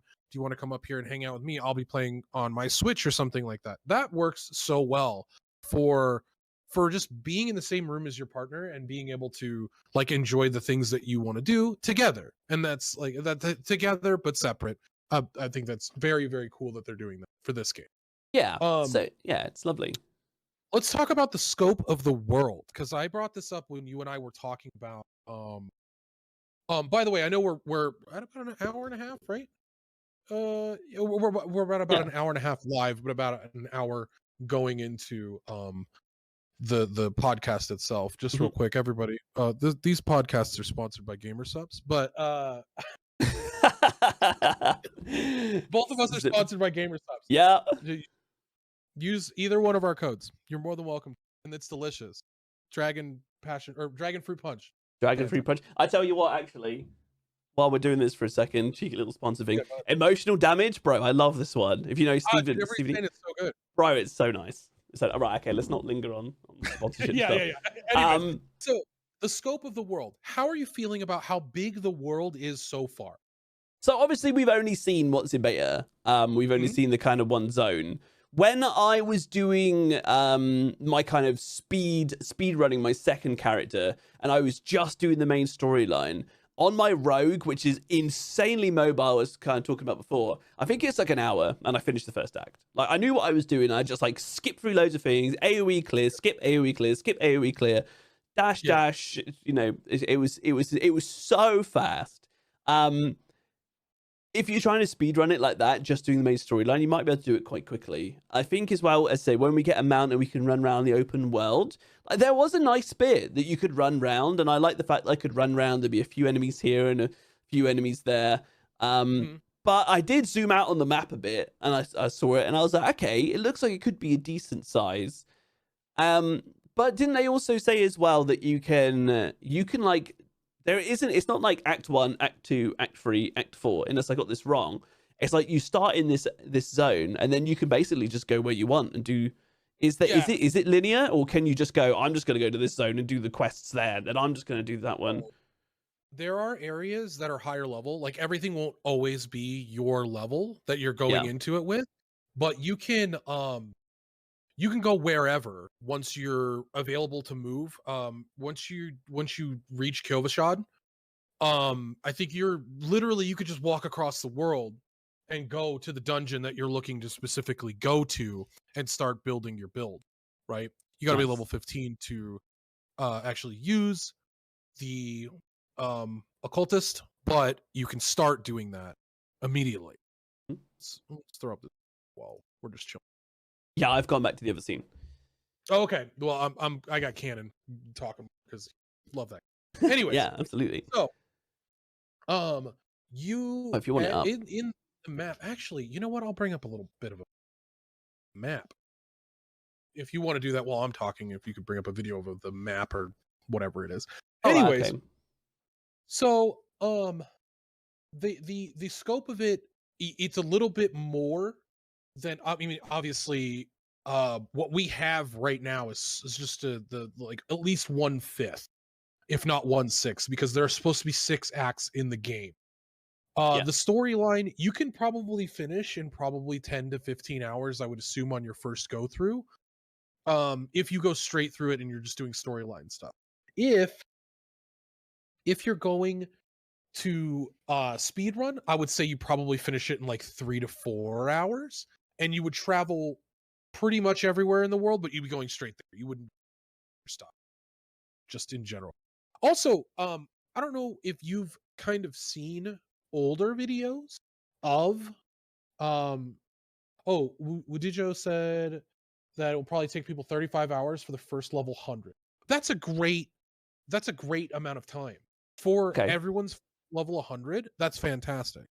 Also, to bring in like we've talked about Lost Ark a bunch because that's where we come from. Yeah. Lost Ark is a known quantity. Like there is a game, it came out 2.5 years prior in Korea than it did in America. Everything we did was laid out before us, Yeah. right? That's And it. every choice, every build, everything is always coming from Korea, right? This game is releasing worldwide at the same time, right? And that's the most important thing about this game, is that we're all going to be able to experience it together for the first I'm time. so And there excited for won't that. be like the guides are the content that you'll be able to create for this game, if you're looking to getting to create content, is going to be so much more than you'd be able to do for something like a Lost Ark, like a Black Desert Online, like a Maple Story or something like that, where it comes out before in another country. And I think that's a really cool thing. I wish they would have done that more so. Excuse me, for Lost Ark. They said they're gonna catch up this year. I just recently they said that. Yeah, But I heard them say that. I wish it would have been faster. But I'm Definitely. glad that this. But to talk about, sorry, I know I got sidetracked. I do that a lot, just so I'm aware. I think the world, and like I said before, I think the world feels small right now to me, Okay. because it gives they went from having this like you created this world in your mind where you go from the rogue encampment in Act 1 of D2 to oh gosh, what was it called in Act 2? The city in Act 2, sorry. And you had this transition where you see the map and you see this flow of where you would go and how far away it is. And then you kind of think in your head like, how is that in relation to me personally living in the United States? How far would that be if I was looking at a map? That'd be like, oh, like 1,000 miles. That's crazy. That's a long journey. That's months of walking there. Now, to me, the world is shrunk because it's mapped out. It's given to you in that, hey, this is the ravine that goes from Kyovashad to this next place. You know what I mean? And you're Yep. always going to have that. And that kind of made it small. It's not a terrible thing, so to speak, but I wish that we would have had like 5 or 6 open world areas to let me fill in the blanks between the ice biome and the desert biome and the like that's for me, like I that's get you. me creating a world in my head. Yeah, because I've got the map up here. I've got the interactive map, and you got like Kyovashad, if I said that right. Here, will you link that to me? Absolutely. Give me 2 seconds. Where are we at?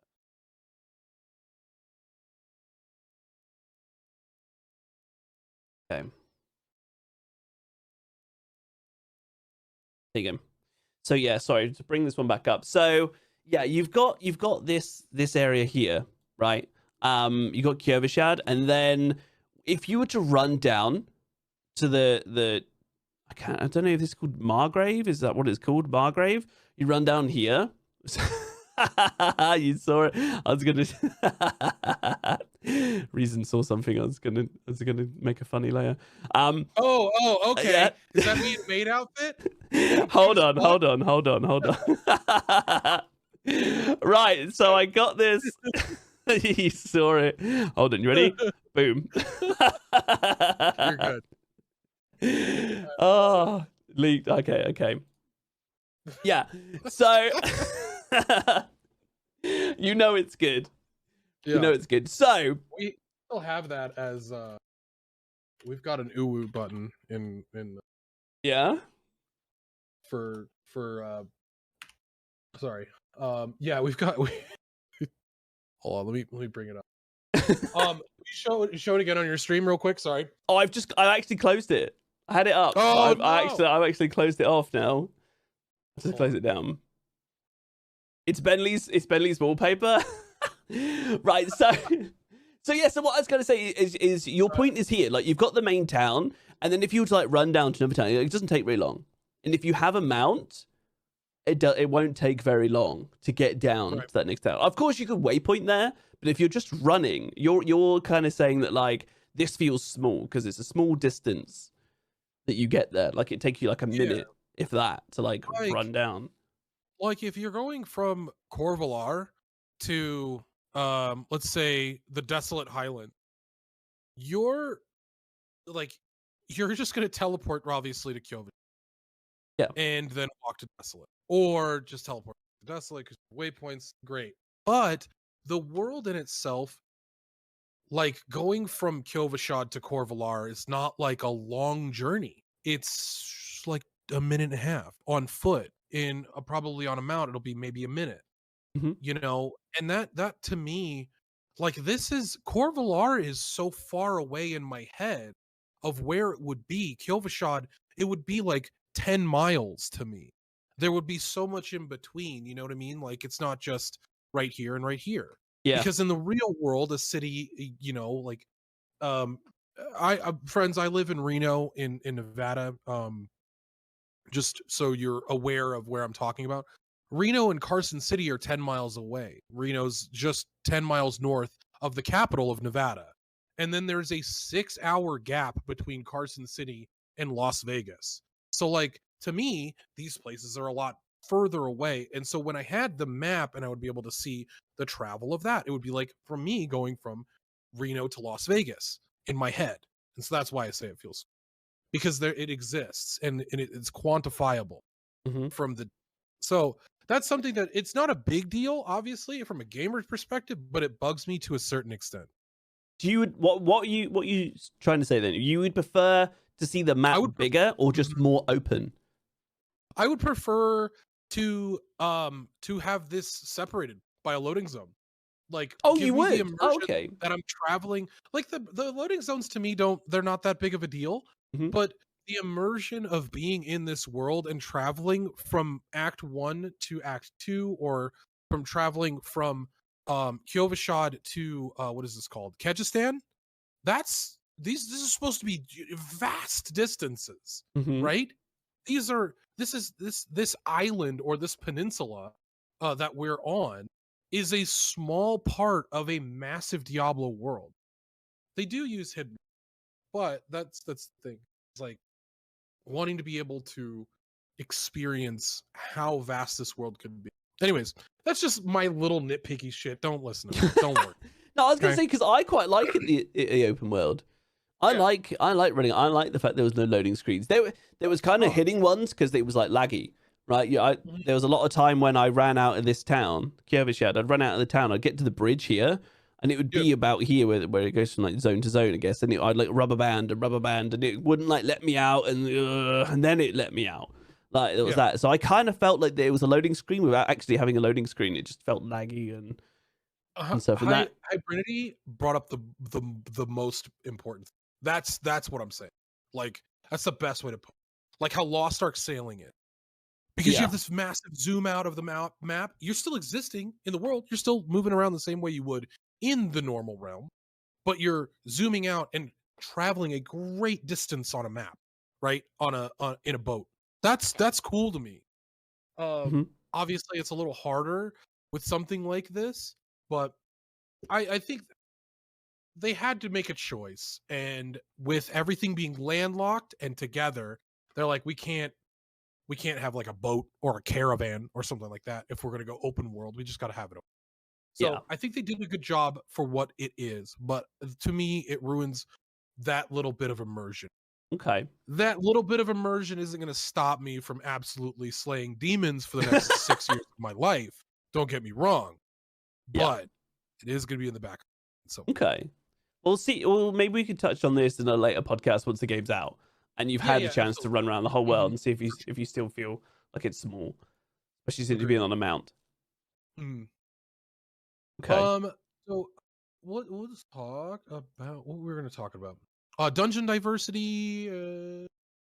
Yeah, we can. Let's talk about dungeons. Yeah, talk about some dungeons. So with the I think there's a big consensus when it comes to the dungeons. With it's very much like you start the dungeon, you run up somewhere until you hit a door, and then the door's like, go find a key or go and kill two, like, was it watchmen or watchers? You had to kill both of those, come back to the door to unlock it, go forward. You had like a pre-boss area and then fight the boss. And it was just like dungeons were like slight variations of this, maybe slightly different pathing, or go and kill like 3 bone piles and then that unlocked the boss. And it didn't seem too diverse. And a lot of players were complaining about this because the backtracking, oh bro, the backtracking, especially I tell you what, the worst ones were the ones where you had to kill all the enemies, like all of them,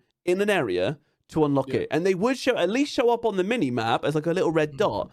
But it completely killed my momentum when I was running through a dungeon, and I would leave a mob here, leave a mob there, leave a mob there, and then get to a door, and then I would realize it would say at the side, maybe it's my fault for not looking quick enough, realize on the side it would be like, kill all the enemies. It's like 11 left, and I was like, dead, bro. Like, I had to go back, find one here, one there, and I was like, bro, fuck off. Like, it really, I was just like, come on. If it was like, I think they should change it, right? If they're gonna do that, maybe have it like kill 80% of the enemies. Yeah, or right. So you can skip a few, but kill everything, man. The backtracking makes dungeons feel horrible because you can't just flow through. So 2 of the 3 of the points don't have to kill all 3 of the skeleton biles, because like taking out 66% of the monsters in a dungeon, some other asshole adventurers could come in here and clean it up, right? That's like Yeah. you don't have to kill everything, please. Just let me go. I agree with that was in Diablo 3 when you're doing greater rifts, you're not killing everything in the greater rift, complete it. Mhm. And that's thing with this game, you're forced to do these weird simple stipulations, and I'm not a big So I'm going to play a repetition video back is through Diablo. the video. No, go for it. Repetition is Diablo. That is the point of Diablo. But streamlined repetition is Diablo. Not just like, obviously Bale runs were the meta 20 years ago. Are we still doing that today? No. Not a lot of us are playing Resurrected. You know what I mean? Yeah. And so going forward in the future, there's always a way to make it feel just a little bit. Well, okay, you are Nate, but not every. Sorry, but still doing Bale run. But like D3, like there's a way to evolve the game into D4. You could evolve the gameplay, and I think I agree with streamlining that a little bit more so than it's been. These they seem like basic dungeon rules because they're still finding the niche that they want to fill. Yeah, in the ARPG genre. Like, go ahead. I was gonna say, I remember seeing something. I think it was yesterday that was like, these are just like Act 1 dungeons and some more diversity. These are the developers, like there'll be some more diversity once you reach like the other dungeons going on, because it is like a big community concern at the minute that people are going to get bored of run round and then hit a wall with the door and then go find this key, go left, clear all that, run back, go right, clear all that, run back, and then go through the door. I think maybe if they had like a teleport to the door, so you could run left, teleport back to the door in the middle of the map, run right, teleport back to the door, that would speed things up. You could do that. I like, could see that. I would like to see more groups splitting up just for speed of completion. So in co-op play. Yeah. Because like this dungeon I've got playing at the minute, this is one of those ones where it's basically like a circle, and then there is like on the left hand side at the top, and then at the bottom right there was small little tracks that went off, and then you had to kill the bone pile. But remember when I did this before, I ran all the way around and I just basically went in like the circle, right? And I didn't go down the little side ones, because I just followed the circle around. I killed everything. Then I realized I had to run all the way to the top, run up, and then kill the bone pile, then run back, then run all the way to the left hand side and run out and kill that and come back, man. And I was just like, when I was doing it, I was just like, oh, come on, teleport, come off cooldown faster. Like it was really annoying. There's actually one thing I wanted to touch on as well, and more into the thematic and storyline sense of these dungeons that frustrated me. These dungeons are not like, they're not in the realm of the Kjolvashad, right? Like you have the dungeons, some of them are like this ice dungeon, and then some of them you're going into like the pits of hell, it looks like, in a dungeon. And you're like, that's right down the street from Kjolvashad? Like that was just like chilling here the whole time? Really? Yeah. And nobody was here? Nobody came here to try, or everybody that came around died? Like that kind of thing to me. Like, I'm like, that wouldn't. That just would. It just wouldn't. So you would like to see more of like consistent theme. Yes, consistent themed dungeons. Like if there's an ice dungeon, cool. That's totally fine. But if there's a glen that is like ice based, like a frosted over area, the trees are completely frost blasted, like that is a different dungeon, quote unquote. Obviously you're not going into something, you're going like into a side area, like what they did in the storyline. They had like the illusionary, like that is cool. I liked that, where we're going through this wooded area, the swamp. Is this with the dog at the end? This is when you had where you the girl, the portal. You're going you summon the portal, right? Yeah, and the dog. Yes, the dog. Sorry, so the dog's at the end. He summons a portal, and you go into that different area. Yeah, I'm with you. Like that kind of storyline and world building is really cool. But just like going down the street and like the dungeons in Kjolvashad that are just like, hey, we're going into the cellar, and it's a cellar. It's not like a 20-room cellar. It's like, this is one room. This is where this kid is. Then exercise the demon. Do that. That's great. I love that. That was a great dungeon. Bro, those quests, I love that. I was really invested. Just to jump in here while you're saying that, because it took me by surprise when I did that. So if you guys did it or not, in Kivershad, there's a side quest where there's a sister, right? There's a sister, I can't remember her name, and it's basically like, go into the basement of one of the people's houses because they had like their boy who was like possessed and needed cleansing, and the sister's coming down there to cleanse. That was so immersive for me because I'm in the town and it's like, this is the person's problem, and you go in, but it was a chain quest. You then went and did like another thing. I don't want to put out too many potential spoilers in case people haven't done it yet. But then you followed that on for another one, and then you followed it on for another one. And I was like, this is so cool. I really got invested in that specific quest line. I really loved it.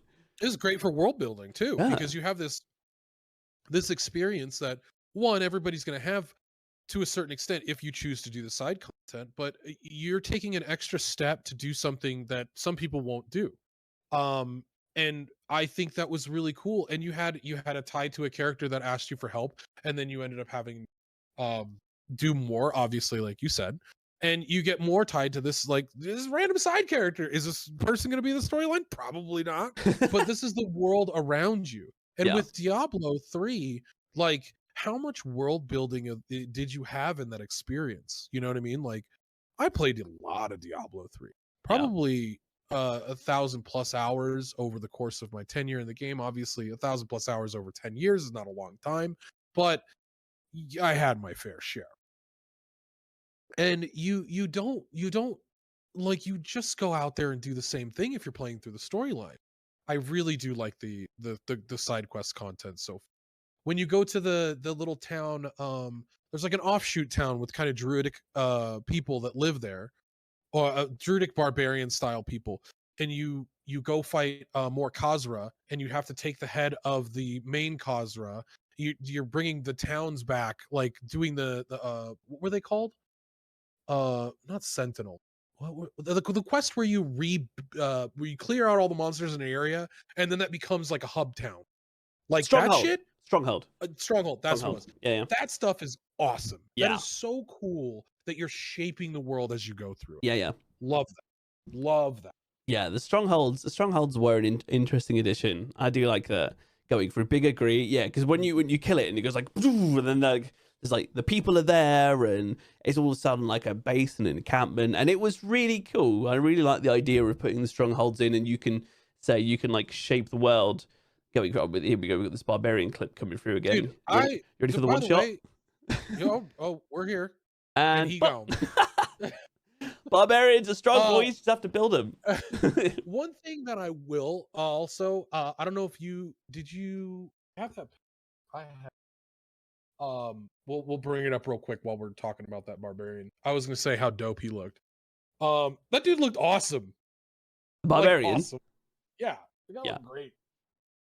We were talking about the looks of characters, the difference between Diablo 3 and Diablo 4. Oh. And I brought that picture you sent me. Yeah, let me bring this one up. There we go. This is cool. So this guys, this is a picture. So obviously this on the right here is Diablo 3 sorceress, and a sorceress from Diablo 4. So you can see like side by side. How cool is this? You see side by side the differences between them, because look, it's like someone's gone and got basically like it's similar kind of weapon, but also got like the skull focus and put it in. What a great upgrade, right? Yeah. That shit made me go, oh, like, what a fantastic upgrade. Because for me, like I hate cartoony games. I can't stand Fortnite.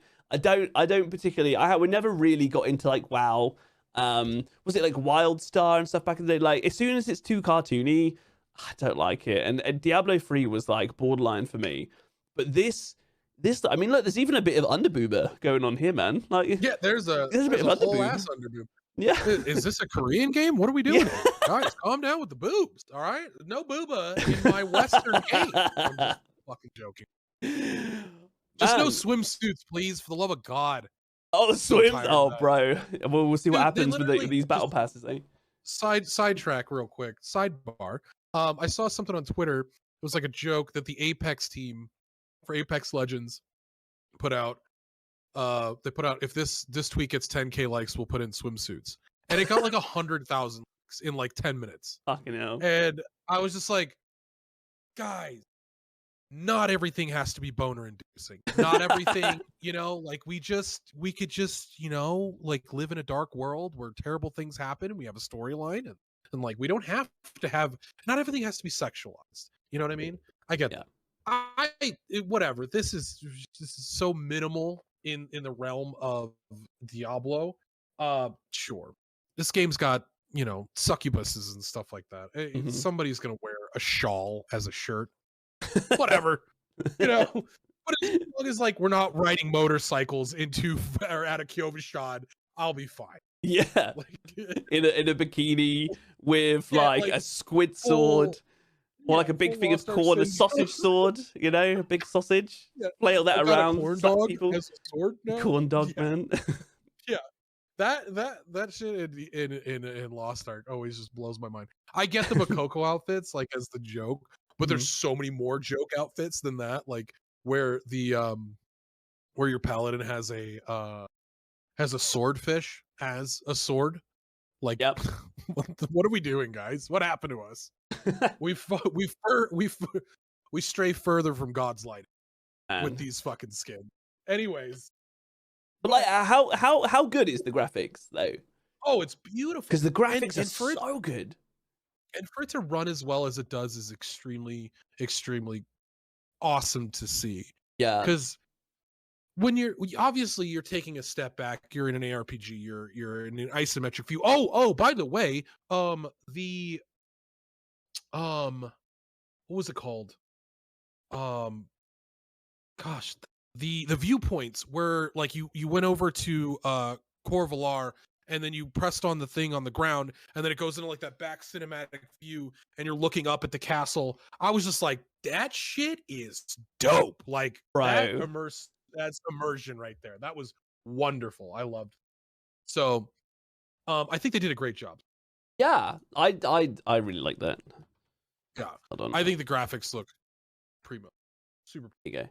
Sorry, I just sorting out something. My bot. No, you're good. I've just turned my bot on and off. I didn't have my bot spamming chat like I normally do. I turned it off, and Immortal won't see about the giveaway. So the graphics of this game are amazing. Like, put the memory leak aside for the minute because they should hopefully sort that one out. Just if you miss it at the start of the stream, basically if you're getting memory leaks, especially like tomorrow and stuff, turn your res from high down to medium, and that's one of the main factors that stops like the big memory leak that's there. But I thought it was just stunning. As soon as I got into the world, I was like, oh my god, this looks amazing. And the fact that they put your character into the cutscenes, right? Thank God, dude. Oh my god, that's crazy. Oh, the immersion. That was so really cool. Lush. God, I made the sorceress that I made, the sorcerer. I picked like the last option for the eyes. They were like glowing. So there was a couple of cutscenes where it was like really dark, and my eyes were just like bing, through the shadows. Found my character. It was honestly, it was really cool. Found him over there in the corner. I like that. That's really cool. Pans around, it's like, pitch black, and these two eyes just like. Sup, I'm also. I love that.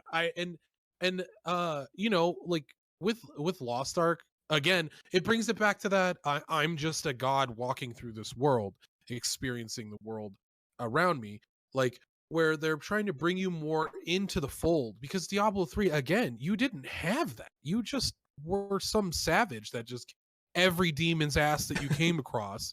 Like I'm currently playing Monster Hunter World, and you're getting that same sort of vibe. You like Monster Hunter. I played Monster Hunter. I've always loved the series, and it's not about that. It's never been about the storyline, but it's one of those things that, having a good storyline feels great to experience it and identify and like connect with your character. I think Diablo. Yeah, having a good storyline to be able to push through is great. Yeah, it feels really nice. And as I said, did you said like you were rushing it straight away. So have you seen like all the cutscenes, everything? Oh yeah, you have. Yeah, okay, yeah. So cool. I took the time with the rogue to really go through and watch the cutscenes and stuff. By the way, rogues look so dope all the time. Oh yeah, Doesn't matter what they're wearing. It's like it's awesome. yeah. So, I really enjoyed the rogues, man. I thought they did look great. so oh, what? I was gonna say as well, chat. What did you guys think of the graphics? Then were you sold? Were you guys sold with it? Because I thought, honestly, as soon as loading in, like eyes and stuff aside, it looked really good. Going through, like killing a couple wolves, you had all the snow coming down, and then when you got through that and like the blizzard kind of like cleared and you could see a bit more of the screen, then it looked really good. So yeah, it looked good. I think it looked good. Just a little no, like, oh man, like I thought it was fantastic. 11 years of improvements, but it doesn't need to be. But the thing is, like compared to like Path of Exile and stuff, and I haven't played Last Epoch, but I've seen some footage and stuff of it. This just looks way better, like leaps and bounds better, right? Yeah, it's the newest, so it has the potential to be the one that looks the best, but it does. Yeah. It just outright does. And we're getting into that realm where I feel like we're about to hit like a good plateau where computers and graphics are kind of getting to the point where you're not going to have to buy like a super graphics card next year, to be able to just enjoy these new games that are coming out. But we'll see. I could be extremely wrong with that. But like growing up playing on PS2 era video games, playing on N64, playing on SNES, like seeing the progression of how far we've come, like this shit is crazy for graphics, and I don't see how they're gonna push it further than this without some sort of otherwise streamlining more stuff. Yeah. So I somebody brought up, you said group content, did you, back there? And that was something that I really did want to talk about. Yeah, okay, let's touch on group content then. Yeah, so I've played a lot of ARPG. We're gonna again go back to talking about Diablo 2, Diablo 3, and Law, right? Okay. You have 3 different games. Diablo 2, you pretty much the entire time don't really want to party up with people because Magic Find is just based on your character, and other people can loot your stuff, right? So if you have more Magic Find and then your group doesn't have enough, and then you're playing solo is more beneficial, or at least it was until recently. Mm-hmm. Diablo 3, same thing. If you had a ton of Magic Find in the beginning and you grouped up with your friend who had no Magic Find, it equalized. So playing solo was almost incentivized for finding more magic and rare and legendary items, which legendary sucked at the beginning of the game anyway, until Diablo 3's expansion. Diablo 4, we have a chance to bring back group content in a big way in ARP. How do you feel so far? I don't know how much you played with the group, but to me, I like it. I like the way that groups can clear dungeons. So for me, it's with these kind of games, it's kind of twofold. What I really like and I really don't. Some of the things that I don't like is if I want to stop for a second and check out an item or check out this. If I'm in a dungeon, people in my group, say I'm with 3 other people in my group just carry on and just start clearing the dungeon. Then by the time I've stopped and I've done what I wanted to do, looking in my inventory or sorting this, whatever, then I haven't got anything to fight because they've already cleared it. So I'm just like running through, picking up gold on the floor, and it kind of is, for me, is a bit like meh. So if I'm with the group doing the fight, it's amazing and I love it. But if I stop and they just carry on, then I personally am a bit like, oh man, nah. I want to be there doing the fight. So it makes me feel like I don't want to stop. Now the dungeons aren't mega huge from what we experience at the moment, so you don't really need to stop too much. But if your storage is full and your bag's kind of full and you're still kind of unsure what you want to go, like what you want to keep, what you want to not, and there's like 10 items on the floor still, you're a bit like, so I get this thing where like I just want to carry on, but I want to loot this and check this. So that's kind of one thing. But when going to like the good things, when you're with people and you're playing with it, it feels amazing. And the monsters get tougher, so sometimes the builds don't work as well. Because if you've got like an AoE one shot to clear the trash, but you jump into it by yourself and you do your combo, and it doesn't one shot because the enemies are tougher and your guys are a little bit lagging behind, or the spells are on cooldown or whatever, and then they don't aid. I did have an experience where I jumped in and went bam bam bam, like did all my nuke stuff, and then the enemies were in like half life, and all the like when they die they explode to set off the chain reaction with like the fireball enchantment from sorcerer. That didn't happen, and I felt weak. I was a bit like, but then that's the group play. So I was like, okay, maybe I would build slightly different. So what I said, what I was talking about this on stream as well, is like, if I'm going to be going in a group, I would swap from like an AoE one-shot build to a more like sustained damage build. So I would use Hydras, for example, with a Fire Sork. I would go like a Hydra thing. So I would actively change my build a little bit, depending on how, I don't know how it scales into late game. Maybe if you just play with one other person and they're not too much stronger, you can still do it. But maybe if you're with a full group. But then there's also the other thing that you get more experience when you're in a group. So that's a big incentive. Yeah, it's like 5%, but 5% over the entire course of a campaign, for example, could be quite a bit. A difference of an hour. Yeah. Difference of a couple hours. Yeah, exactly. And going to max level. But you brought up experience being boosted. One quick sidebar. Elixirs are awesome. I think that's a great addition to Diablo.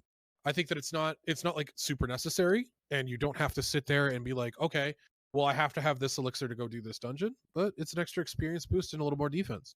Wonderful.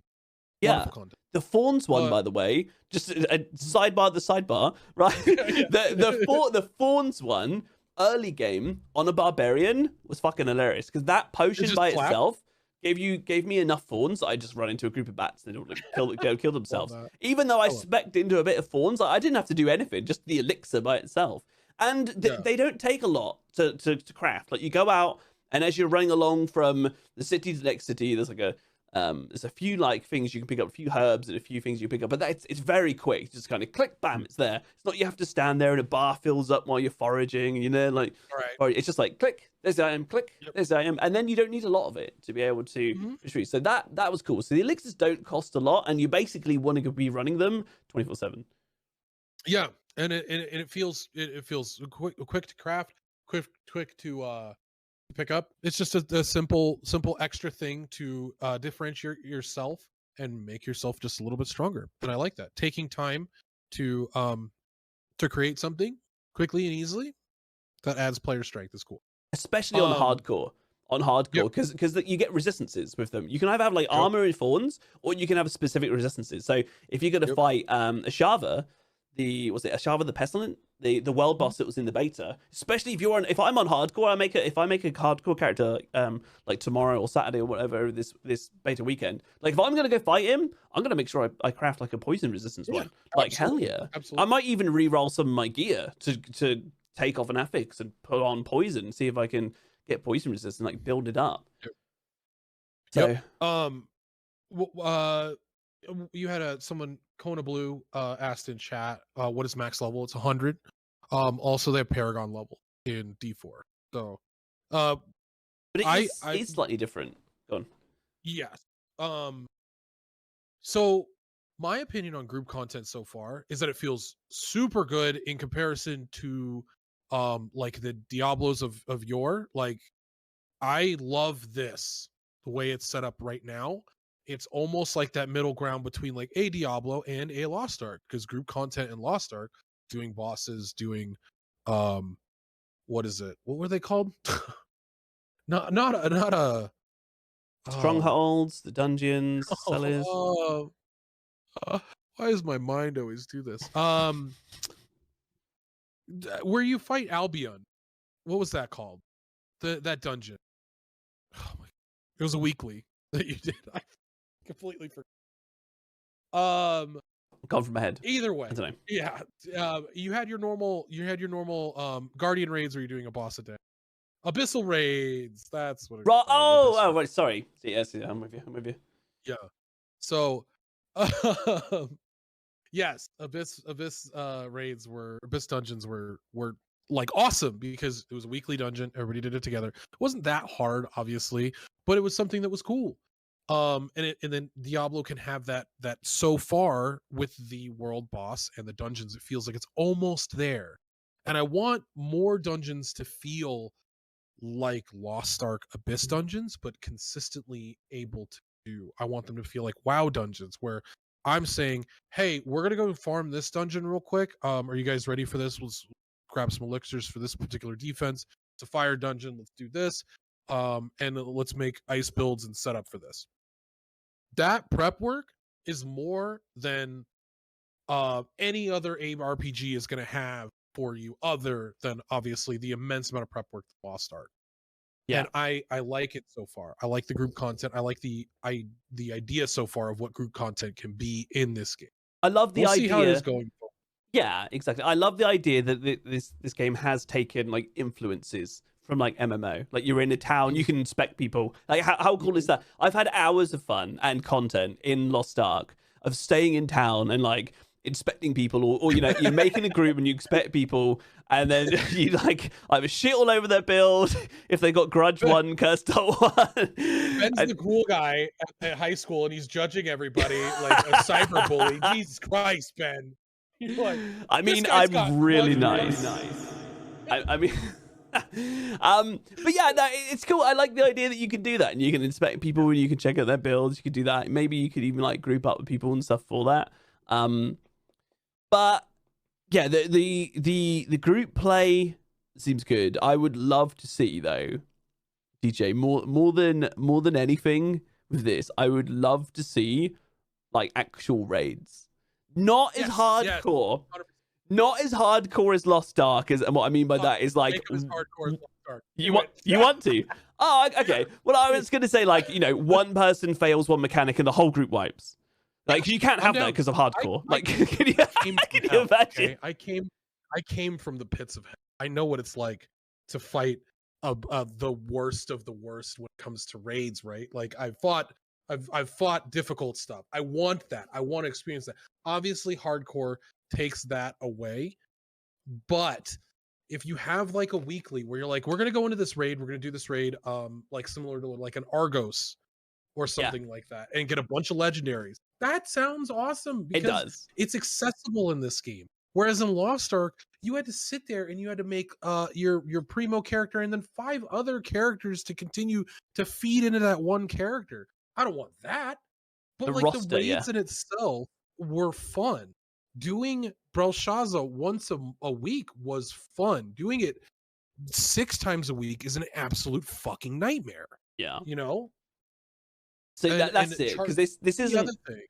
This can be a roster game, but it's not a roster to feed into one character.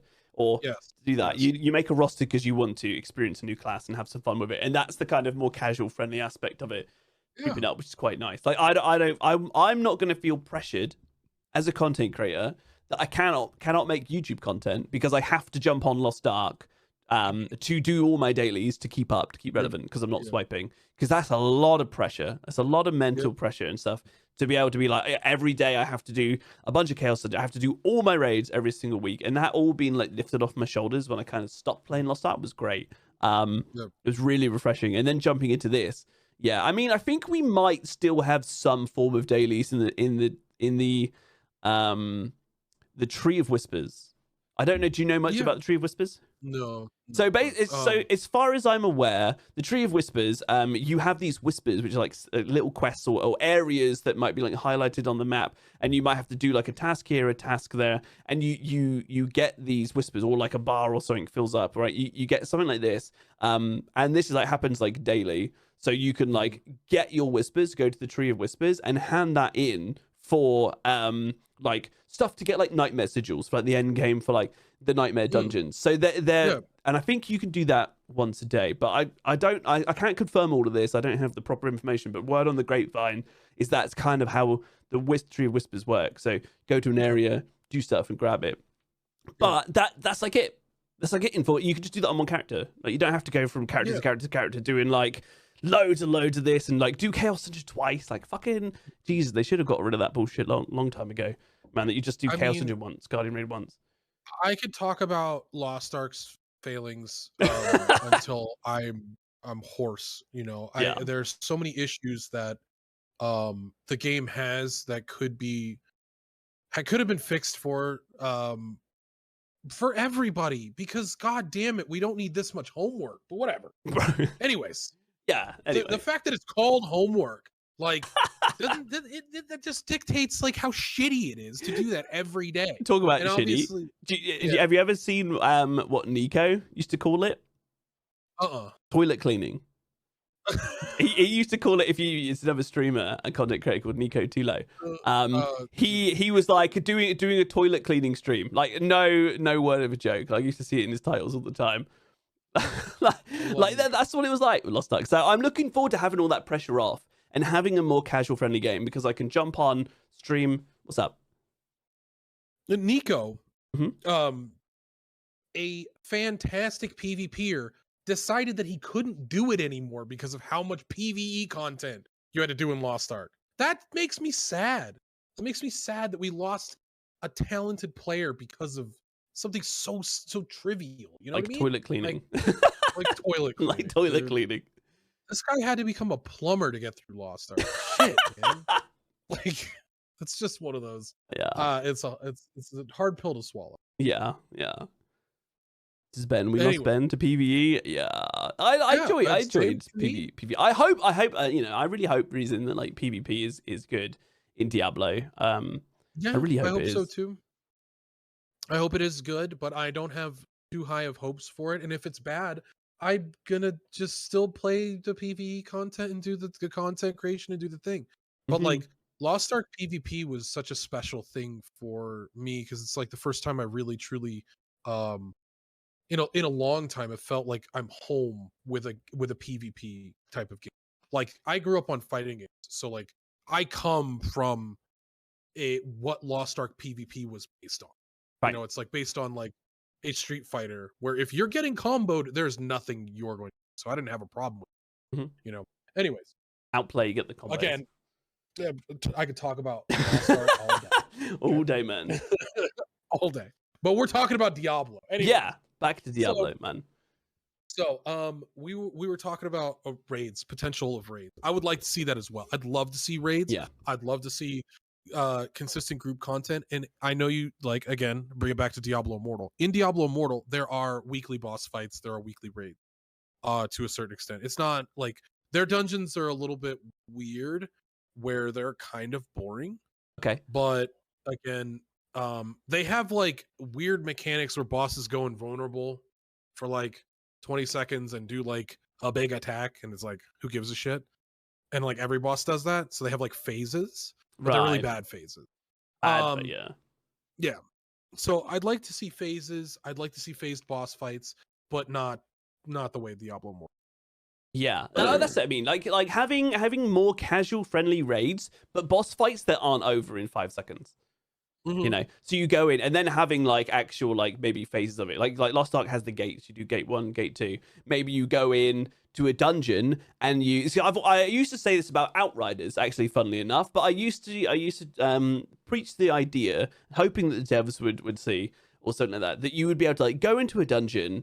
Say in Diablo, you go through and you do whatever you got to do to get to like boss room like number 1, or like the cave opens up into like a bigger room or whatever, and the boss comes in and say it's like, I don't know, say it's like a bit of a dragon or something that's in this like cave or whatever, and you like fight it and you like break something off it. Maybe you take off a couple scales, or maybe it's like armored or something, but you fight it in this first phase. You like damage it, and you see like parts of it like coming off through the fight, and then it retreats deeper in. That's like phase, and then you carry on in the same dungeon. You don't quit and come out. You carry on.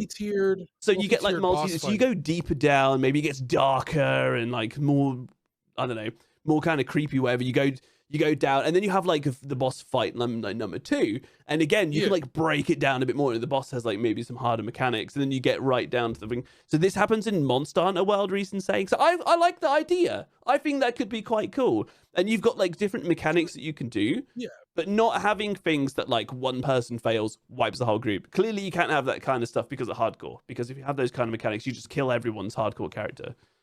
So what they're talking about in your chat is it's kind of like what you're saying, like multi-tiered boss fight where you're fighting the one consistent monster the whole time. Yes, that is in Monster Hunter, and it's been a staple of Monster Hunter series. When you're breaking off the scales, like obviously you can pick up loot from there, and then the monster will move to a different region. You can actually do enough DPS to stop them from moving to a different region, knock them down, or capture them. There's like a whole different, there's like different aspects of the boss fight that you can do depending on which fight it is. Okay. And that is a really good thing that the game has. Now, speedrunners obviously will kill a boss in like 2.5 minutes, whereas like the casual player base, it takes like 15-20 minutes to fight this one dragon, this one, you know, serpent or whatever you're fighting. That's why I love Monster Hunter, is there's the player skill difference is ginormous. Love it. Right.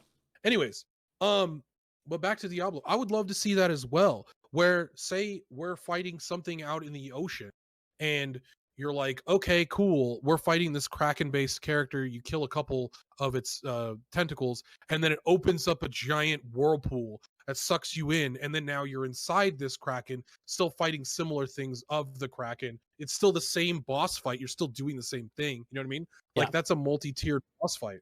There's a lot of different ideas that can go into these set piece fights, as I call them. Like you experience the boss in a like a storyline over the course of a fight, rather than just like, oh, we're gonna go in this room, we're gonna beat the shit out of this dude, he's gonna die, we're gonna go into the next room, beat the shit out of the next guy, and that's it. I like set pieces fights if they're done well. They're very hard to do well. Wild Hearts, a game I recently played, had a very big set piece fight at the very end of the game. You fight this gigantic dragon that is like a huge in size, but he stays in the air the whole time, and so you're like just dodging for like 20 minutes, and you're just like, okay, this is kind of a fucking snooze. But like he'll go in phases where he creates it changes the landscape, so it's like all sakura trees, or he changes the landscape so it's like I forget, whatever. It's but yes, the set piece fight, if you do it well, it can be really cool. Sorry, I like to go on. No, I mean that's it. I mean that's just one idea, but the idea is that we've got these fights because you've got the world bosses, right? You've got the world bosses, and we fought one, and we've seen people kill it with the certain builds, especially like the build we had with cannon. You can kill it in kind of like the quickest I've seen is about just over 4 minutes. There's probably some more speedier kills than that, but that's quite quick. Right, and then what happened is people like Woody, for example, would go and like kill it, and then teleport back to town, and then come out again, and like into a different instance and kill the boss again. Because the boss would be for 15 minutes. So the quicker you can kill in the beta, the quicker you can kill the world boss, kill it, go back to town, come back, kill it, go back to town, come back. Like you keep resetting instances, and the boss could still be there. There was one of the ones where I think he reset and came back, and it was like, I might even be able to find it and show you guys. Wudijo did it as well. Yeah, that's what it was. It was Wudijo. I just Your chat brings up another good. Yes, there are total set piece fights where you're doing like Zora Magdaros in World, where it's a multi-tiered thing where you're going to different areas, and then you're fighting on its back, and then you're fighting the cores that are inside of it, and then another monster ends up coming onto its back, and then you fight that monster and try and repel that monster. It's like a whole fucking thing. They're very fun to do them a couple times, and then they become this whole thing where you're fighting the time, and that's what I work with set piece fights. Right. I've just found this video. It's called. There we go. Nate, you bring up a good point. At what point do you get mad at people for trivializing the boss fight for others because you're just randomly joining people's sessions and some dude comes and wipes the boss in 5 seconds? I think that's a pretty clear thing as well that can become a worry, because like people like me, I don't like doing Monster Hunter World. I made everybody that played with me put on low tier gear where I was at, because I'm like, if you come in and kill this boss fight, I will just leave and do it myself, because I don't want to be carried. I want to enjoy this fight for what it is. That is a worry. And I think that boss fights, like world boss fights, it's going to get to that point where there's not much you could do about it. But like dungeons will have the chance because you get to choose who comes in with you.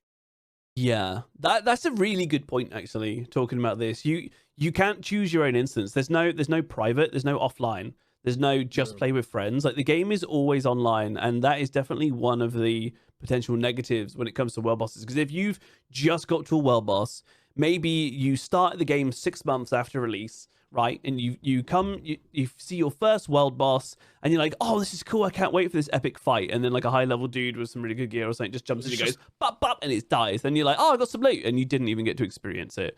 Then, but you can block cross-platform players at least. Right, okay, so you could do that, but that still, it doesn't 100% solve the issue. Right.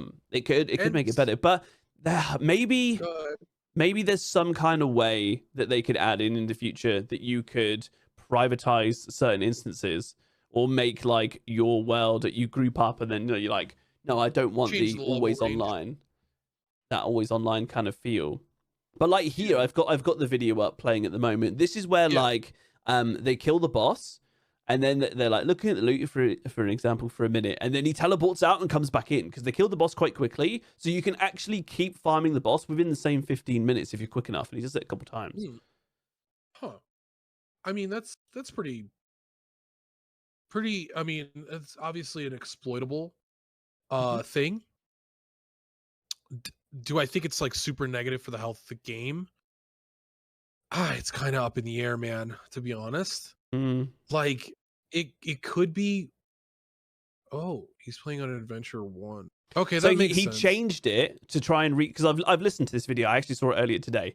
So what he did there is he was like, oh, I wonder if I can reset it by changing world tier. And yes, look, he's back in. So he changed the world tier, and then after this, he goes, oh, maybe I can just teleport back to town and come back, and then that works as well. So it is exploitable. Now, when you kill it on that, I think it's just once a day. You kill the boss, he obviously drops some loot, but then in your bag you get like that cash, right? That you can open up and it drops like a load more. You only get that once a day. But it's once a day? That's an extra. Is it once a day? Is it once per spawn? I'm not sure. Maybe I might be wrong there. We've only seen it on the 1 day thing, the 1 day cycle. Yeah, like I only killed it once in the bay. I only had enough time to kill it once, and this like actually he's brings just gone through and back. There we go. He's loaded into another instance. Look, it's nearly dead. It's like free loot, man. He just teleports back, comes back out, and there's another group just like struggling to kill it. Well, I know what I'm doing tomorrow on Necro. Ooh. Just there you go. Gonna do this like exiting game, and then you come back in, see if you can do it again. It's crazy, right? Yeah, that's wild. It's very like exploitable. And then look, there's another one, but there's only if you see here, there's only 1 minute 53. Might be a bit small for you guys. 1 minute 50 seconds left. So he's like quit out because the boss is way too much health. He can't kill it. So he's going to quit out, come back in, and see if he can find one that's nearly dead. I think it put him back into maybe the same one on this, but yeah, man, like that's definitely exploitable. Yeah, I'd like to see them get rid of that for sure. But that's still, I would like it would change it. Okay, so remember in Lost Ark when we were doing the world boss runs where like everybody would try and get in the same instance because there's 50 people that can be in an instance, and then it like locks out.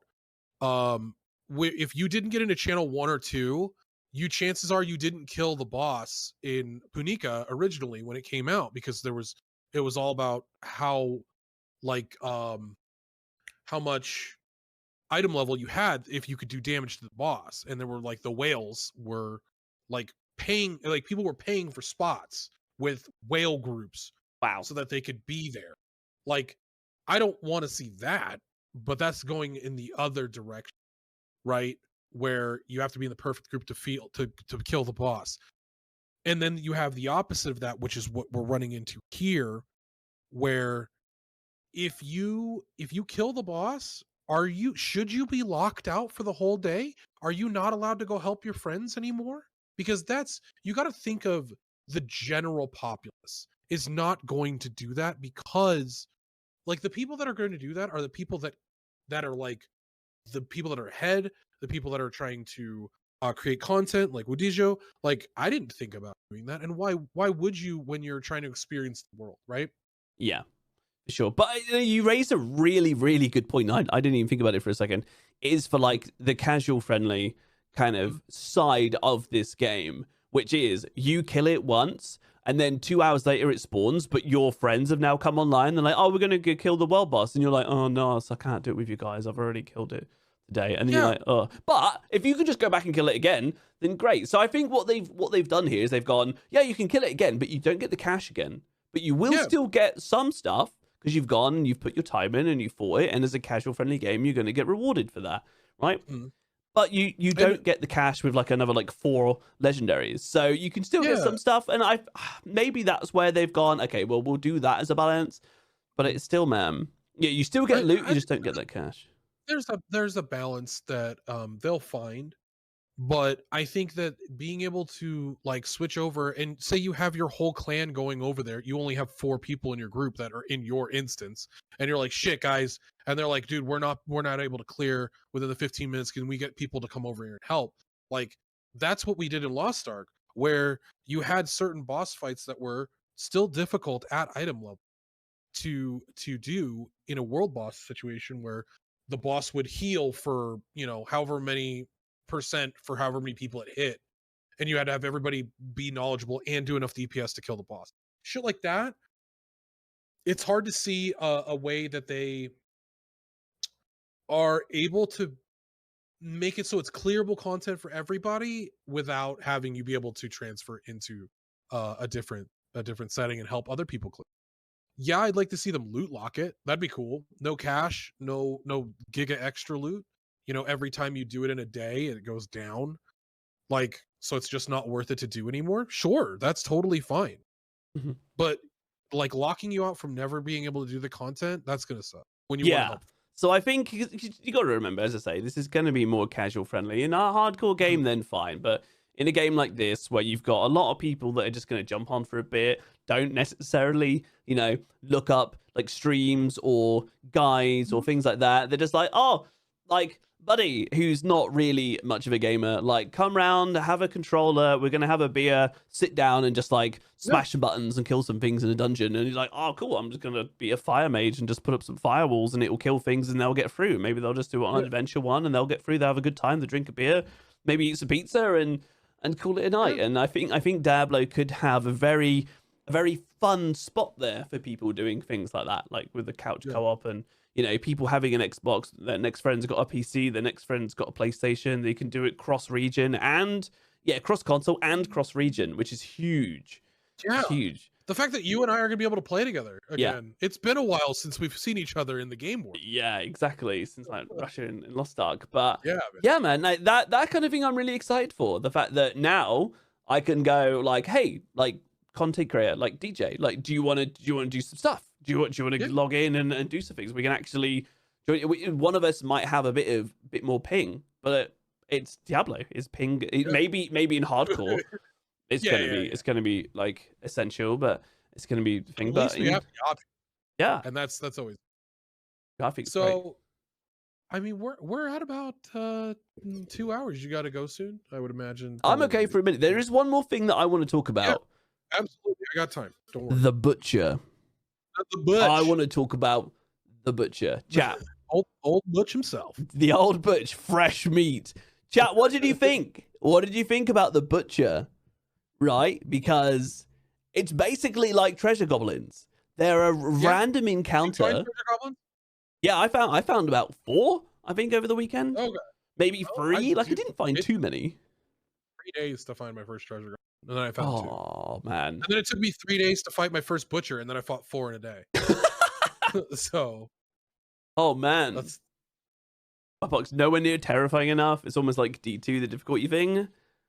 Thought that there were faster attacks, cooldown. Yeah, I mean, the thing like with the Butcher, it's like a dynamic event, right? You're going through a dungeon or maybe in the open world, and you're just like, you're killing things, and it can, after a while, imagine being like pretty hardcore, and you're fighting, that you're playing this game like 7 hours, 8 hours, 9 hours, 10 hours a day, nearly every day, and you're just going through, doing the same dungeons, and stuff like nightmare sigils and things, like nightmare dungeons when it comes out.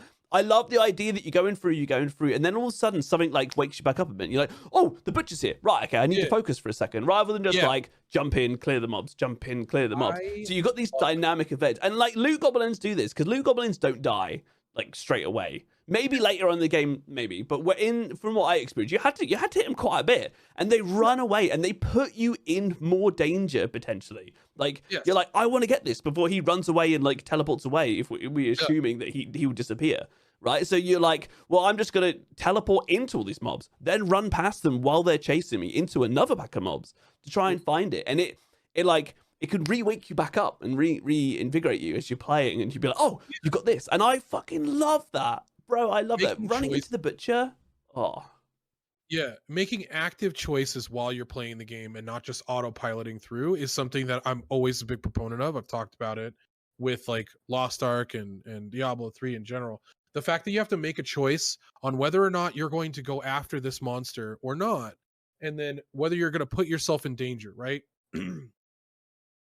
The butcher, the feel of it was obviously, as a giga gamer such as myself, been playing video games for 30 years, like the fight of the butcher obviously as a dynamic event was like, oh, okay, cool, he showed up, fought him. But if somebody's playing, like, again, Diablo for the first time, they're gonna go in and be like, what the fuck was that? Why did that just yell fresh meat? And then this dude comes around the corner because you got fog of war or whatever you want to call it in this game, and you're just like, what the absolute fuck is that? And then it has a health bar, and you're like, oh my god, oh my god, oh my god, I'm gonna die. And then you run around and you're like, oh my god, that was a dynamic event. That was cool. That was something. I love that. I love that for every sort of like being able to do it the first time. I kited him around a room of like, it was like 4 different rooms, and they all had monsters in them. So I had to clear the trash before I could fight and just like focus on Butch, because I'm like, okay, well, I don't want to just get fucking pile driven by these monsters. I got to move around and make sure that I have room to fight them. So that was like a dynamic choice that I had to make, and that's I think it's wonderful. I think they should have a million events like that. Yeah. Like, well, I mean, some good news on that though is that got brought up in an interview like literally a couple of days ago. I wish I had it so I could pull up, but it's somewhere. I do remember reading it. Is they basically spoke about things like the butcher and about loot goblins and about the fact these are dynamic events, and they want to put more in because people were like, "This is fucking fun." It breaks up the autopilot. What you just saying breaks it up. The butcher was great. Like the first time I saw the butcher, because people in my chat kept saying, "Oh, I found the butcher. I found the butcher. Oh, I died to the butcher. Oh, I found the butcher." And I was like, "I haven't found no butcher." And I was like, "Where is he?" And people were like, "Oh, he's in this dungeon." And I would go in there, and he's like, "He's not there." And I was like, "Oh." And then we realized it's like a chance encounter. You don't just go there and he's there. You're just running around, la la la la la. Boom, the butcher appears, fresh meat. He hooks you in. Bam, you like get stunned or something, lose half your life, and go, "Oh shit." And they try and like space bar away, and then he just chases you really fast, and you see this health bar. You do like a load of attacks, burn your mana, and see his health bar do this. And you're like, oh no, he's strong. Oh man. And then you're like, oh, okay, I've actually got to focus here. And man, if you're on hardcore, it's like you see the butcher, you hear fresh meat, and you're like, see you later, unless you got a build set up. Because if you said it took you a couple days before you actually even found him, were you at level 25 when you found him? Like with a build? Right, because if you find him before that and you don't have a build, he's hard. If you're on, I was playing on veteran, right, world tier 2. He's hard, right? Because he's, and everybody kept using the word overtuned. I don't think he's really. Yeah, I mean that was going around like crazy. I saw it in videos. I saw it in like comments. I saw it in loads of on Reddit and things. People being like, "Oh, the butcher's overtuned. The butcher's overtuned" and stuff. And it was people that were like maybe level 15 and hadn't really got any kind of build or anything yet. The butcher shows up and he fucking murders you like really, really quickly. When I've got some footage actually. I'll try and bring that up while we're having a look here. Of me like absolutely demolishing the butcher, because you can get to the stage where the butcher basically, oh, I'm gonna have to jump out and back in again. It's bugged. Hold on. Yeah. Okay. Right. Let's go back. I don't know why it does this. It's join the activity. I'll try and get this up. But you can get to the stage where when you've got a build, the butcher wasn't that hard. Yeah. The butcher wasn't okay. I've lost all the playlist stuff's gone, but I think I've got it up here somewhere. See if I can grab this. It's on my channel. Yeah, I really enjoyed the fact of the butcher. Let me go fire beats butcher. I'll bring this one up for you guys. By the way, Die in Chat, yes, I did do I did the Core Dragon stuff too. Yeah, Okay. I did that. I've got it, so you're good. You've got it? Yeah, I've just brought it up there. So let's put on this one here, and we will jump it up to full screen. It's on full screen here. So, like here, like I found the butcher just like completely randomly in a dungeon. I just ran through the next room. Like, here you go, fresh meat. You find the butcher. But because I'm level 25 and I've already got a build going, I was like, right, bring it on. And this is the like broken ass like cooldown reset. You'll see me like in a bit in this fight. I end up pressing S to bring up the enchantment menu and swapping my enchantment because I had it on for, like fireball for like mass AoE stuff. But I got some hydras attacking him. See, it's not like he dies instantly, right? You know, and I love this. I love yeah. This is they did a great job with this for sure, for certain. Yeah, 100%. So like I had to ramp this up. I'd like to see like 2 or 3 a day, in an 8-hour period. Which butcher every dungeon. My chat was talking about how it's seen 20 butchers, like a butcher dungeon. Yeah, a butcher dungeon. Do you know what? I think like to just sidebar here slightly, right? Sorry, does the butcher only appear in dungeons now? When I played the closed beta, he popped up all over time. No, it should be everywhere. From my knowledge, it should be everywhere. But this specific one was me in a dungeon. But yeah, to like kind of sidebar it, cow level, right? I want there to be some comedy in this. Yeah. Sorry, we'll get back to butcher in a second. But like what I really liked about like Diablo 2 is it's like really dark and dingy and all this. Yeah. And then they were just like, fuck it, cow level. Moo. Right? Moo. Just some comedy to throw in the game to like mix it up was amazing. Like the treasure goblins are like great because they're like fun and you go for them and it's like woohoo, and then there's got this sack on the back and they're just like fucking like little Santa's elf with loads of toys in the back. He's like chasing after it, right? Trying to get the toys. But like having some kind of like, oh, do you know what? We're not going to take this specific thing seriously. We're just going to be like, fuck it. Yeah, I think that'd be great. I don't mind that at all, and especially like Whimsyshire in D3, where it was obviously there was no cow level in D3, but Whimsyshire was hilarious. Like going through an entirely giant, bright, pastel colored world and just killing a bunch of like Care Bears and unicorns.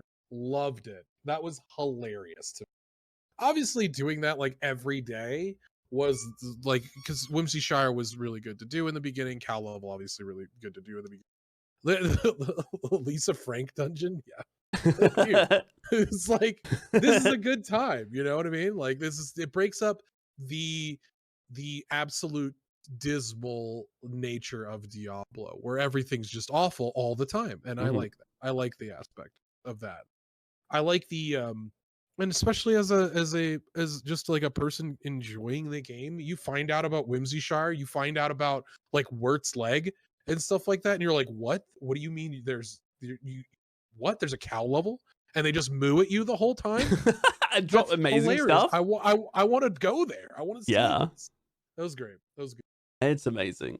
But like, so I really hope they bring in some stuff like that. Let's just like, no fucks given. This is going to be funny. Let's just do it in and put it in because that could be great. But like back to the butcher here. Like if I fought the butcher here at like level 10 or level 15, I didn't really have a build up, man, he would smash me. But here I've got the kind of, as I say, like the busted build, which I swapped and put the frost summon. I can't remember what it's called now. Frost blade or whatever. Ice blades, crystal blades, something like that. Yeah. You summon those, and every time they hit with one of the talent trees you can get, it lowers the cooldown of your skills, your active skills.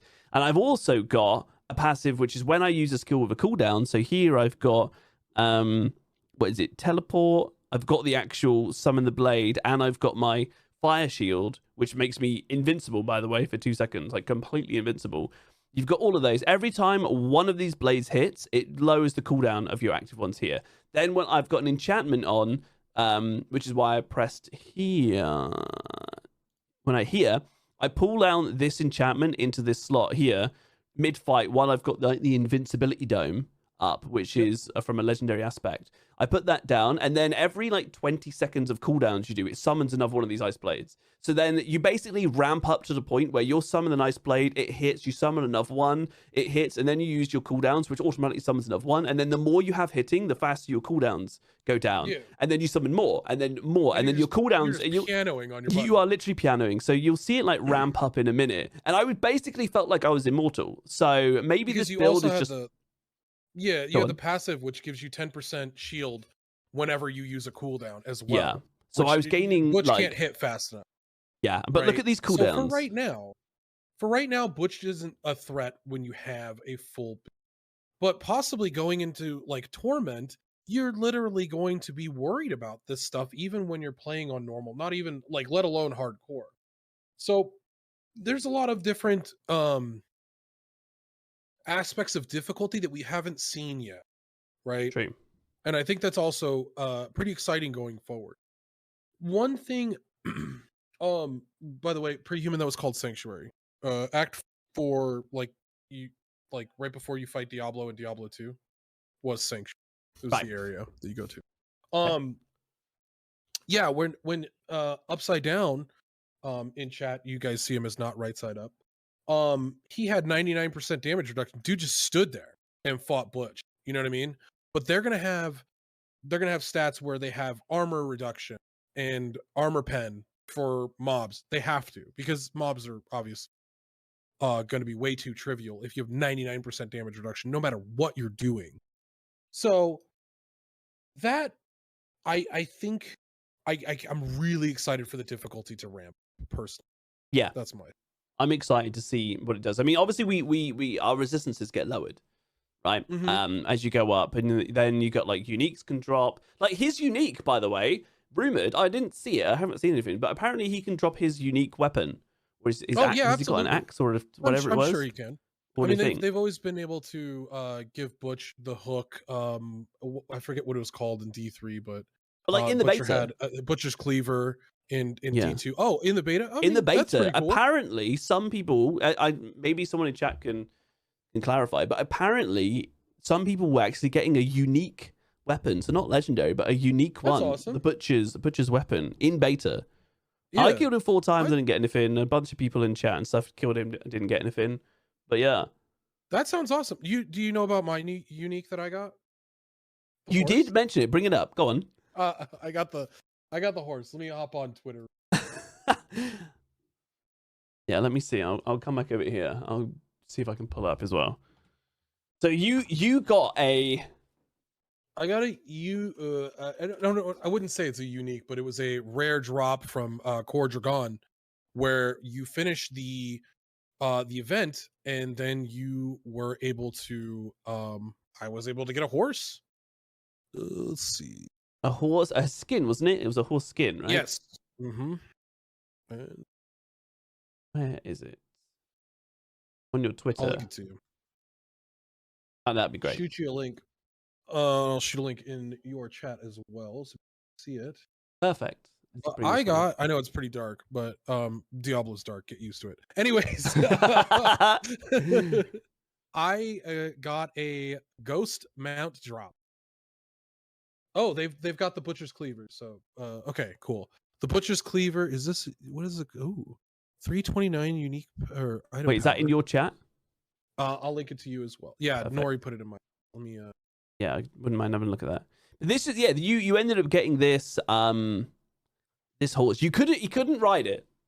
Right? Yeah, it's like I wasn't allowed to skin. ride it. It's like a spectral horse mount horse skin, which was awesome. So you got that. Did it what color was it like when it dropped? Can you remember? Was it like the orange of a legendary or that kind of like it was white. Down? It was white. Which was weird because I saw it in my inventory and I was like, what the fuck? Like, and I right clicked it and then it became that. And then I went over to the guy and it's a different color in the actual inventory. So I think there was a mistake because obviously I didn't hear anybody else getting it. Oh, this is the first I've seen of it. So this butcher's cleaver, unique axe, slashing. Let's see. It's got pretty good stats. Obviously, it's a lot of percentage stats. Damage to healthy enemies, which is over 85% or 80%. damage to crowd control, crit strike damage, crit strike chance against injured enemies that's below 35%, and then plus 15% damage to enemies that are injured as well. Again, below 35%. That thing kind of slap. When you critically strike an enemy, you have a up to 100% chance to fear and slow them by 70% for 4 seconds. Wow, okay. So yeah, damage to healthy, damage to crowd control. Oh, unlucky hit. Lol. Okay. Yeah, it's So every time it's you unlucky hit. Okay. Oh, that's cool. When you That's critically cool. strike an enemy, so you have to get a lucky hit and a crit. Yeah. I have up I mean, that's to like a 2.5% chance of happening. 100% chance to fear and slow. That actually be kind of cool. Just going up and be like, bah, and then they turn around and run away because they're feared because you've hit them with his cleaver. PvP perma fear? Oh my god. Hopefully CC is a little reduced in PvP. We'll see. We're hoping. Yeah, critical strike damage crowd control enemies. Man, that's crazy. I'm glad we've seen that though. But I'm excited for more. I don't man. Critically striking enemy have 100% chance to fear and slow them. Would I want that? Like, I'm trying to think of like, would I want that as like, is that like build defining? If I'm at end game, is the butcher's cleaver just a bit like kind of for fun, or is this the kind of thing that I want to be fearing and slowing everything with like super huge lucky hit chance and critical strikes? I think in hardcore you would love this. I think that would be a build defining thing in hardcore for sure. Because, I mean, if you're gonna be a barbarian fighting against like 20 monsters at the same time in hardcore, and you run the risk of dying at the drop of a hat on torment, like this would be a primo item to take for a defensive. Good. Can fawns proc lucky hit? Did you see? Can you imagine if you just stood still in the middle of enemies and they just start running away in fear? They come up and go, bite, nope, and just turn around, just flexing the whole time. Can you imagine? Just constantly doing the point emote. I love that. Or doing the angry emote with the sorceress, they taunt emote. I love that. But yeah, so kind of cool. I think that this is pretty cool. I dig it.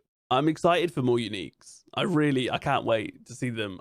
There is some data mine stuff. Maybe we could go over that in a future podcast or something down the line. But there's some videos that I have that we're definitely not going to show on the air. That's damn sure. I mean, there's a lot of stuff like that out there that floats around. That's very much NDA. Yeah. Like and a lot you can go find it if you're looking for it yourself. Obviously, it's not us, but that is stuff that exists in the world. You can see more of the endgame content. And all the stuff that we've speculated on doesn't talk about any of that. So just so you guys are aware. Well, to be honest, I haven't particularly seen anything anyway. I haven't seen too much of it myself. I've seen like a couple pictures here and there. I've seen like couple pictures of like level 100 people in like different areas. But anything that I would spoil myself with, because I'm gonna enjoy the beta this weekend. And really just play some Necro. I really do want to play a lot of Necro because that was the class that I played in D2 that I enjoy the most. And I'm Paladin was fun. Yeah, Paladin was fun, but there's no Crusader, there's no Paladin. I'm okay. That's a whole nother topic, bro. Do you want to go down another rabbit hole? Right. We'll save that. We'll save that one because we'll do another one of these probably in a week or two. I don't know what. We'll figure it out. Looks like we'll definitely figure it out. If you play melee Necro, you're not a real Necro player. Pre-human is gonna get banned in my chat. Ooh, wow. Ooh, bro. Like chat, both chats. Yes. Druid or Necro tomorrow? First character you're gonna play. Chats. Druid or Necro? Druid or Necro? Hold on. Necro. Yeah, let me bring up my chat. But 2 druids. Yeah, I've got the dual screen on now. Dude. I like the fact I can do this. Okay. Oh, we got a Sorg. Oh, there's a lot of druids coming up. Oh, okay. I thought it was just going to be spam Necro. Jeez. Pre-human got banned. Thanks for the follows, by the way. Both sides. Like, thanks for the follows. Thanks for the support. Yeah. throughout all of this. Absolutely. For the podcast, obviously, we've like muted notifications and stuff. But honestly, really do appreciate it. Thanks, guys. Welcome. But yeah, so that surprised me. I thought that it was just going to be literally like a spam of Necro, because that's what seems to be what people want. But I don't know, maybe I got it wrong, man. I'm new here. You're my new dad. I think welcome. God. I love Prehuman. I play Monster Hunter. I play Warlander. I play a lot of games with Prehuman. He's a fucking awesome human being. Hilarious person. He also streams as well. If anyone Amazing. wants to, shout out to be appreciated. Love that guy.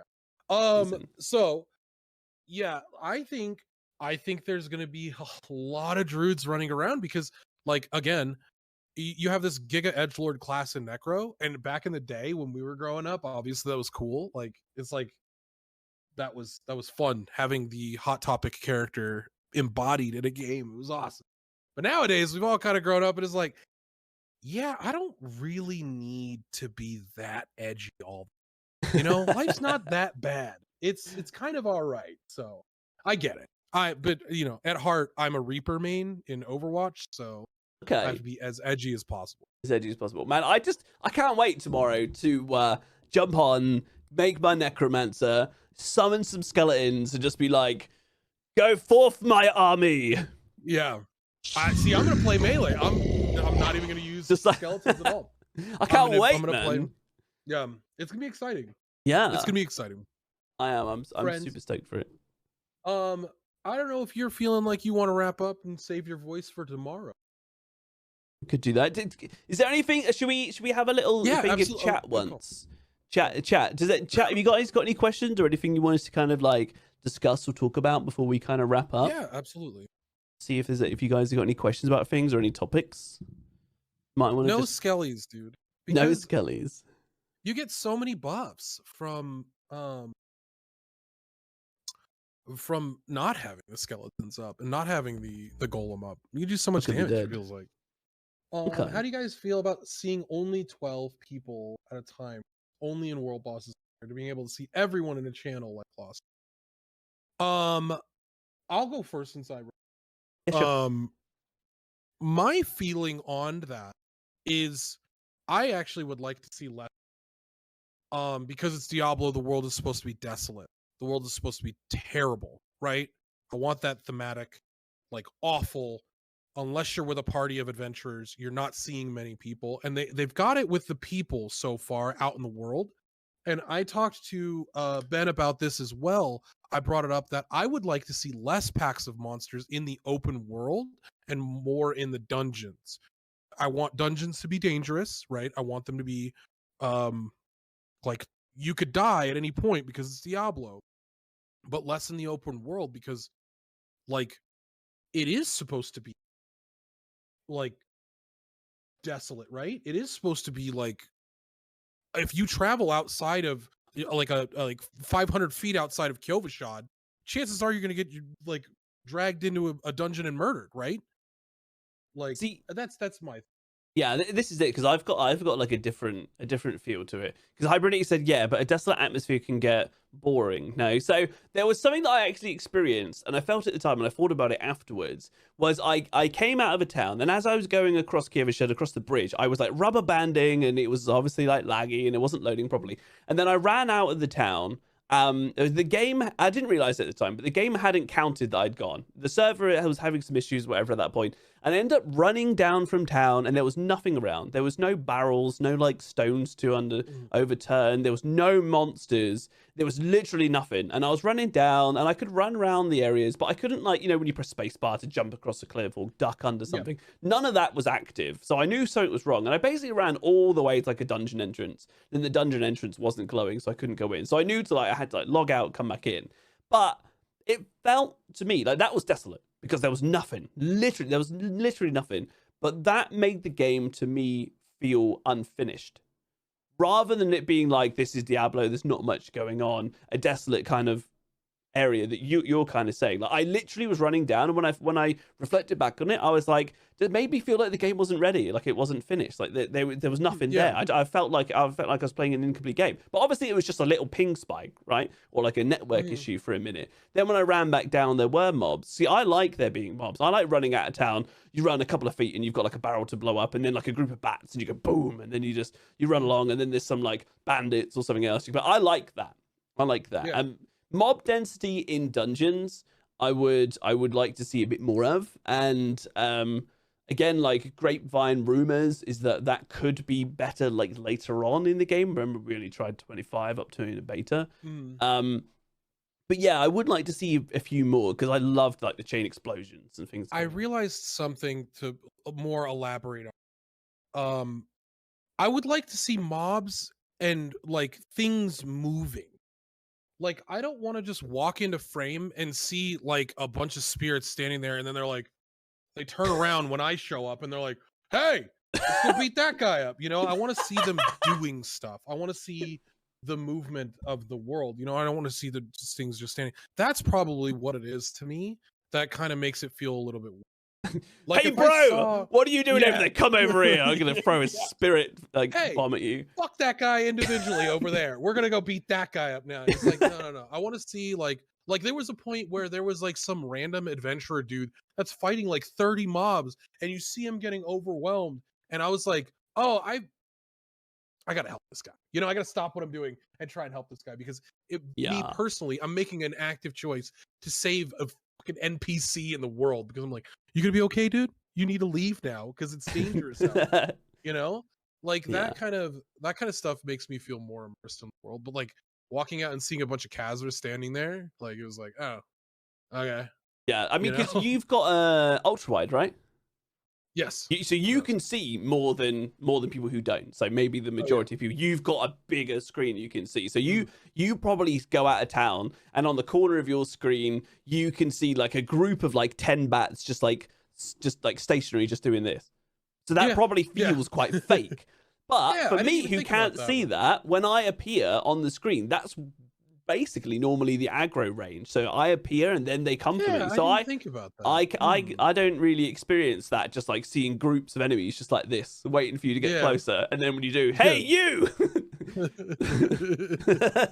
That asshole right there. He looked at me wrong. He's like, no, I'm just walking by. And he's like, nope, it's time, bro.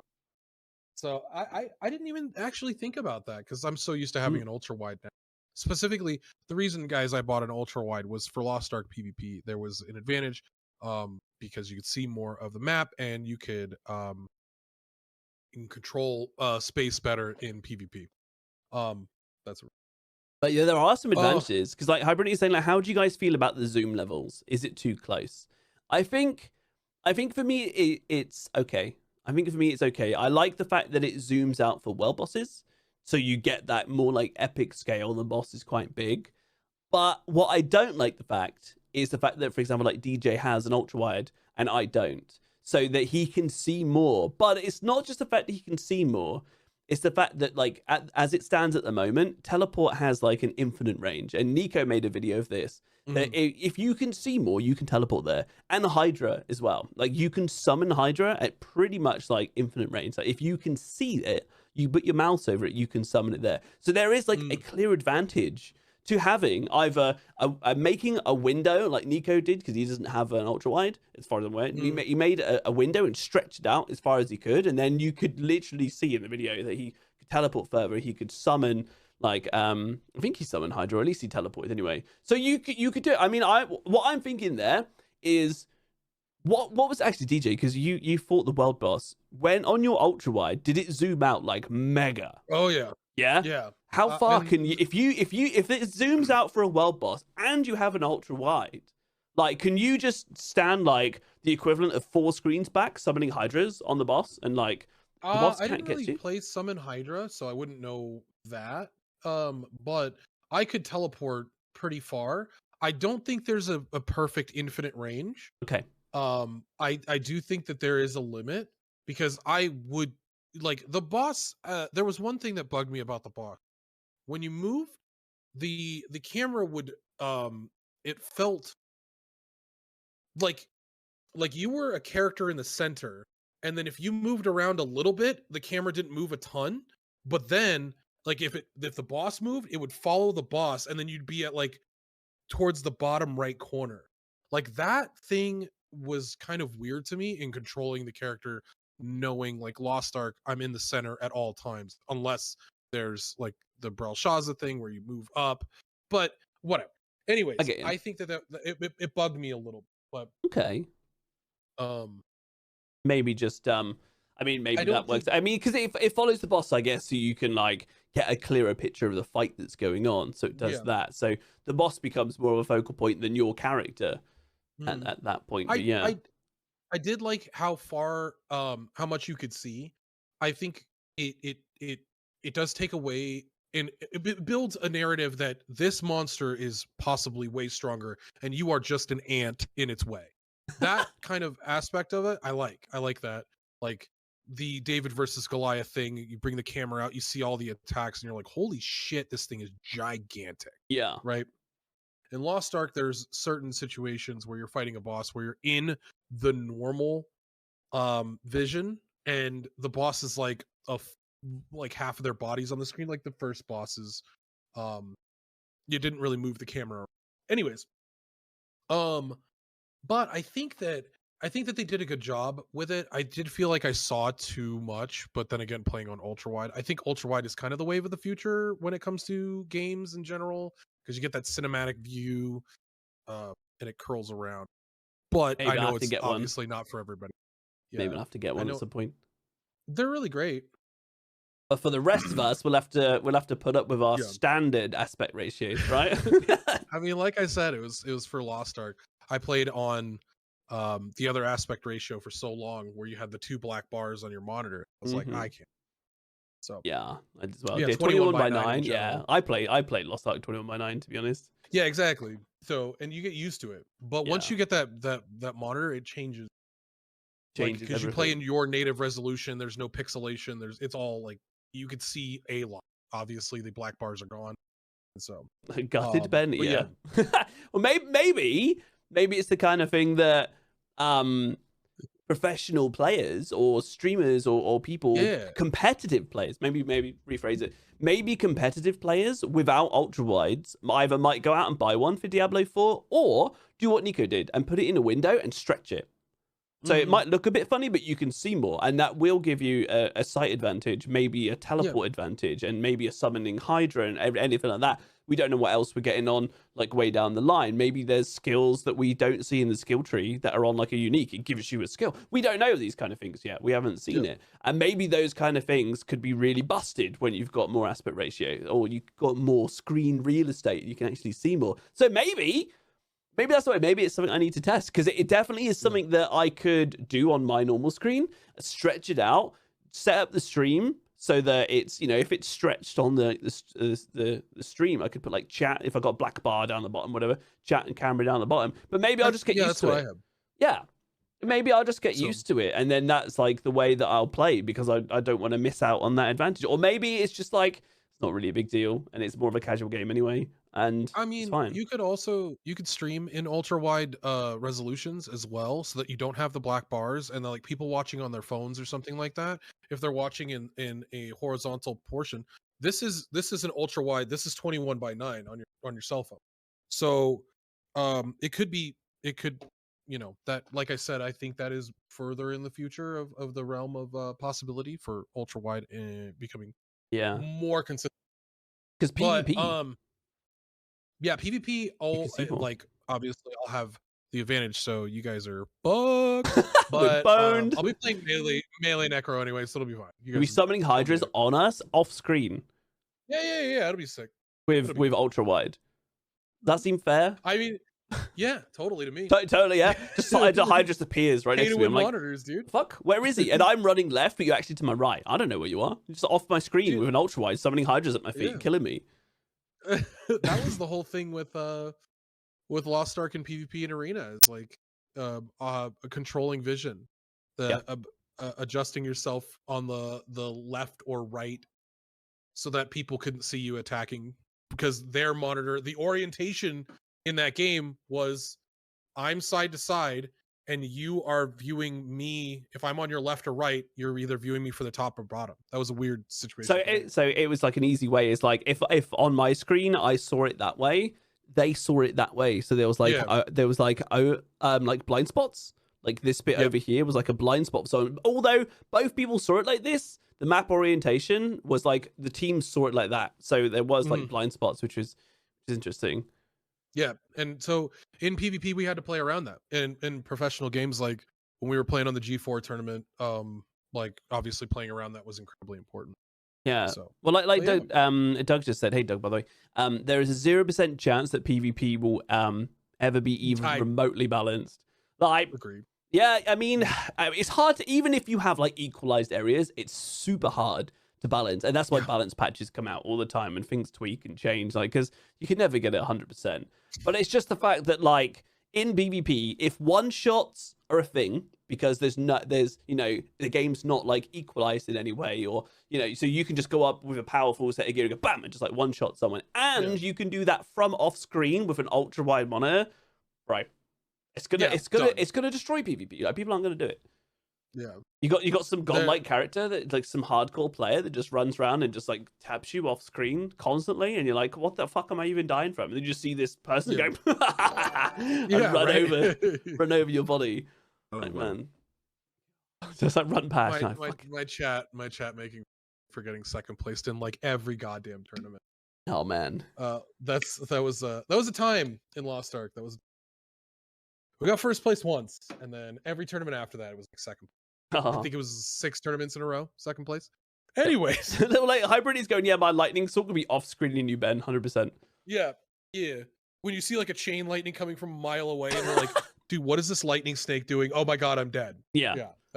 Teleport, bam, because he could see me off screen, so he could see me just like running away, or like just running around, like not even know what's going on. Just teleport directly onto me and instantly like CC spam combo, and then like teleport off screen. Because this is the thing, right? This is even it. If you're 2 mages, one person with ultra wide, one person not. Say it's me versus you. We're both mages. You both got teleport, and I go, oh shit, you're kicking my ass, and I teleport to the edge of my screen to get away, bro. You can actually teleport past me. I can't get away. Like, even if your teleport's on cooldown, I would be running. You would run and then teleport past me because you've got the advantage. Like, that's crazy. Yeah, that's crazy. The same thing for sorceress and Lost Ark. No escape. Like 2 sorks. Ultra wide it is an advantage, and whether or not it's a 1% or 10% advantage, any advantage is incredibly important in PvP.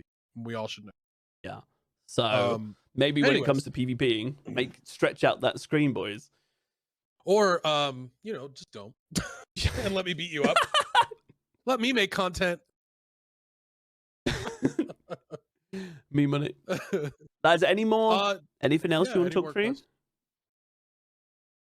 It's just we got the chat wars going on, boys. Okay, hell yeah. I really like this, having both chats up. I really like it. I think it's cool. Yeah, it's been nice. And Sheriff also pointing out the 2 inches is huge. It's incredibly important. Every inch counts. Thank you. Thank you, America. Man. Anyway. Yeah. All right. Well, guys, if there isn't much more move aside content creator coming through, oh bro. Raven, you see both chats on my screen. My chat's under me, and we put his chat under him. Yeah, we've got 2 separate chats. Managed to do it because we're Giga streamers, and we can do things. We can do stuff. You saw the leak from Displate, right?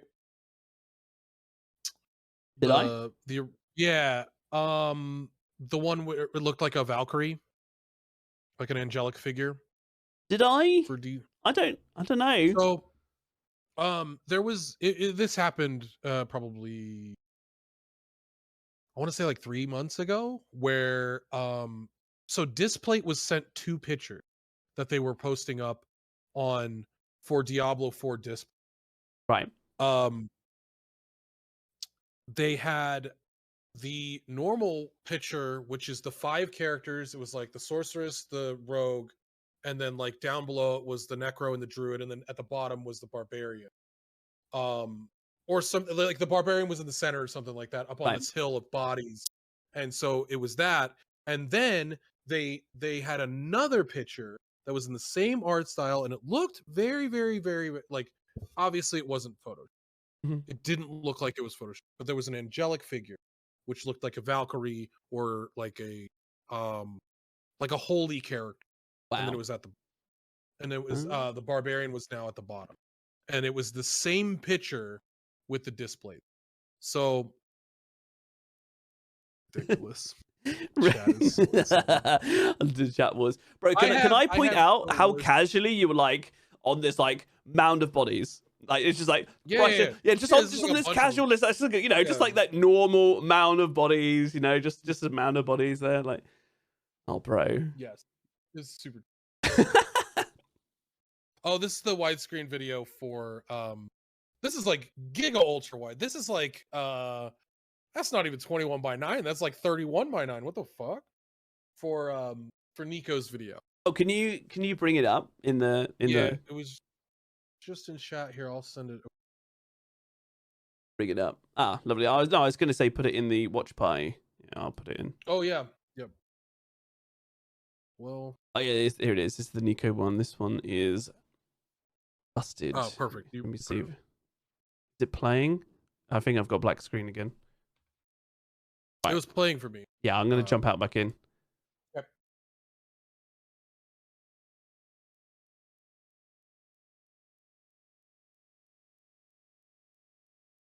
So I had like 100 like, rate this. How is your talk going? Like things pop up on Discord. Right, here we go. Let's go here and here. This is Nico's one. So yeah, so basically Nico is stretched out his screen because he's not on an ultra wide. So you can see a lot more. And he's saying about the fact that he, you know, you got this fire bit here. And he's like up and to the right of it. So he's managed to teleport like up and to the right of that fire. And he then from the same spot on normal aspect ratio. Watch. So he got to here before on that stretched out screen and now there. So that's quite a difference in like vision and what you can see, what you can do. Mm. Like ultra wide is definitely if teleport isn't limited to like a screen, then it is such an advantage. I mean, just being able to see is an advantage anyway. And then he's showcasing here how easy it is to jump over. That they probably won't change the ultra wide settings. They'll probably create distances on what you can cast spells. So that's really the only way they're gonna really be able to do it. Other than like they can't force, they won't force the aspect ratio because they want their game to look good for people that are playing on ultra wide or different aspect. So we'll see if it's just a vision based thing, because that was one of the things for Lost Ark was that sorceress could teleport as far as she could see with her like identity not teleport. her identity teleport. Yeah. And so yeah. Anyways. Yeah, so let's extra see. Distance. We'll see how it goes. I think that if they add limits to how far you could teleport, it has the factor of like I think not that's what you the can balance. see, but where I think that's the correct balance. Also, like I would like to see like a League of Legends style of like so Flash is a very short distance in League of Legends, most people know that. But if you flash in certain parts of the map, you will guaranteed go on the other side of it. Since there is that aspect of a consistent map in this game, I would like to see them be able to do that. Like if you're like character's going to flash into the abyss, you would still not go into the abyss. You would go into the part of the map that you're able to. And that would give also the people that can't see that area the ability to teleport into that area. Yeah, for sure. If that was the case. That's just my opinion. So don't show on stream. Hibernity's just gone. Don't show on stream. Hold on. Don't show this on stream, but show this to your eye. Right. Yes. Okay. Cool. Okay. That was like a full leak of like nobody's confirmed or denied it. Yeah. But it is something. Definitely is something. Definitely is something. Uh-huh. See how that goes. Mm-hmm. Pushing chat. Pushing chat. Pushing chat. Hello. Hello. Love it. All right. Well, Yeah. oh man, what we at? We're at like just over 3 hours now. I suppose maybe 2.5 hours of the podcast. Yeah, I'd say so. I've really enjoyed this. Yeah, man. Really Thank enjoyed you so much this. for doing this with me. This was a really fun. I wish we would have been able to do this in Lost Ark too. Yeah, for sure. It's great. Had it a long time ago. But I mean, thank you for agreeing to do this, and hopefully we can continue to do this again forward. I'm sure you guys enjoyed it as well. We got lots Yeah, of let us people know, hanging out in chat. the Was it good? Do you like it? Do you want to see more? More Bevs with Ben? Hold on. That was the funniest way to. That good? that questionnaire, that line of questioning. As a young adolescent DJ, you know. Was that good? Anyways, did you like that? Was it good? Was it good for all of you? Thanks, guys. Anyway. Oh my days! Wait, hold on. Nori. I love Nori. Hold on. Nori! What? The actual That was my peeps, 50? dude. Nori, chill, dog. 50? Nori gifted 50 to me too. What crazy. What? Crazy. Nori, Love you, Nori. Right, I'm doing this every day. No. What I was about to do is dun. Bam. Thanks, guys. I love those. How good are these? Oh, it was so good. Nori, dude, they were like £2.50. It's like $3-4. They were so cheap. Yeah. Everybody Love needs a them. pair, man. Yeah. Bro, 50 Nori's Nori. one of my oldest Unbelievable. friends, by the way. In the streaming landscape, I started playing Anthem. Me and Nori met during Anthem. He was a streamer as well at the time. Right, yeah. And just like the nicest person on the planet. Nori is a awesome human. Love him to death. What a hero. What a hero. Thank you so much, man. Unbelievable. Yeah. 50 gifties are just wild. Thank you for supporting both of us. I appreciate it. It definitely means we need to be doing more of these then, hey? People obviously like the content, and I've really enjoyed it. It's been fantastic. So yeah, maybe we could try and get one again like next week or something. We'll see if we can sort it out like after beta, see what happens. Yeah. See so what I'd like to see, I mean, like we did the bi-weekly Makoko thing for Makoko Cast. Sorry, I know my chat can hear my my sub notifications. I couldn't turn. It's all good. So deal with it. But so when it was time to like right before a event or like a patch or something, like we push through and do like an extra show, and then 2 weeks after we do another one. So I'd love to do that. Same thing. We'll do one next week, talk about how the beta experience was, talk about what we saw from Necro and Druid, and then after that we figure out how we're yeah, going on like forward. slot. Yeah, no, that sounds good. That sounds really good to me. And if any of you guys joined in like partway through this and you want to see it, obviously there's the VOD on Twitch, but I will rip it off and put it on my YouTube channel. And DJ, I don't know if you're going to do the same thing. Obviously, I probably will. Yeah. Rip it off and we can get the VOD off and put it on there, so the content will be around as well, which would be great. So yeah, absolute pleasure. Yeah, absolute pleasure. I can't wait to get into tomorrow and see. I'm gonna go Necromancer and see all these druids running around. Everyone was like druid. Goddamn druids. Oh. No, I'm just kidding. I think druids could be fun. I think it's gonna be really good too. I was looking at the stats and I'm like, this class looks busted. Bear build, werewolf build, storm build. Yeah, you can just build anything. Combination, all of them.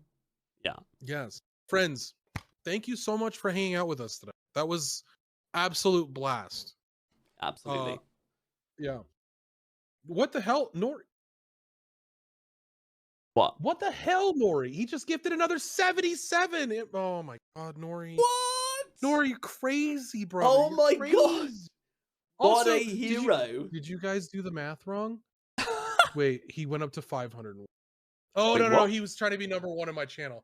Oh, That's right. Okay. Yeah. I see. Oh man. I see what happened. I Absolute see. Giga I Chad. see you.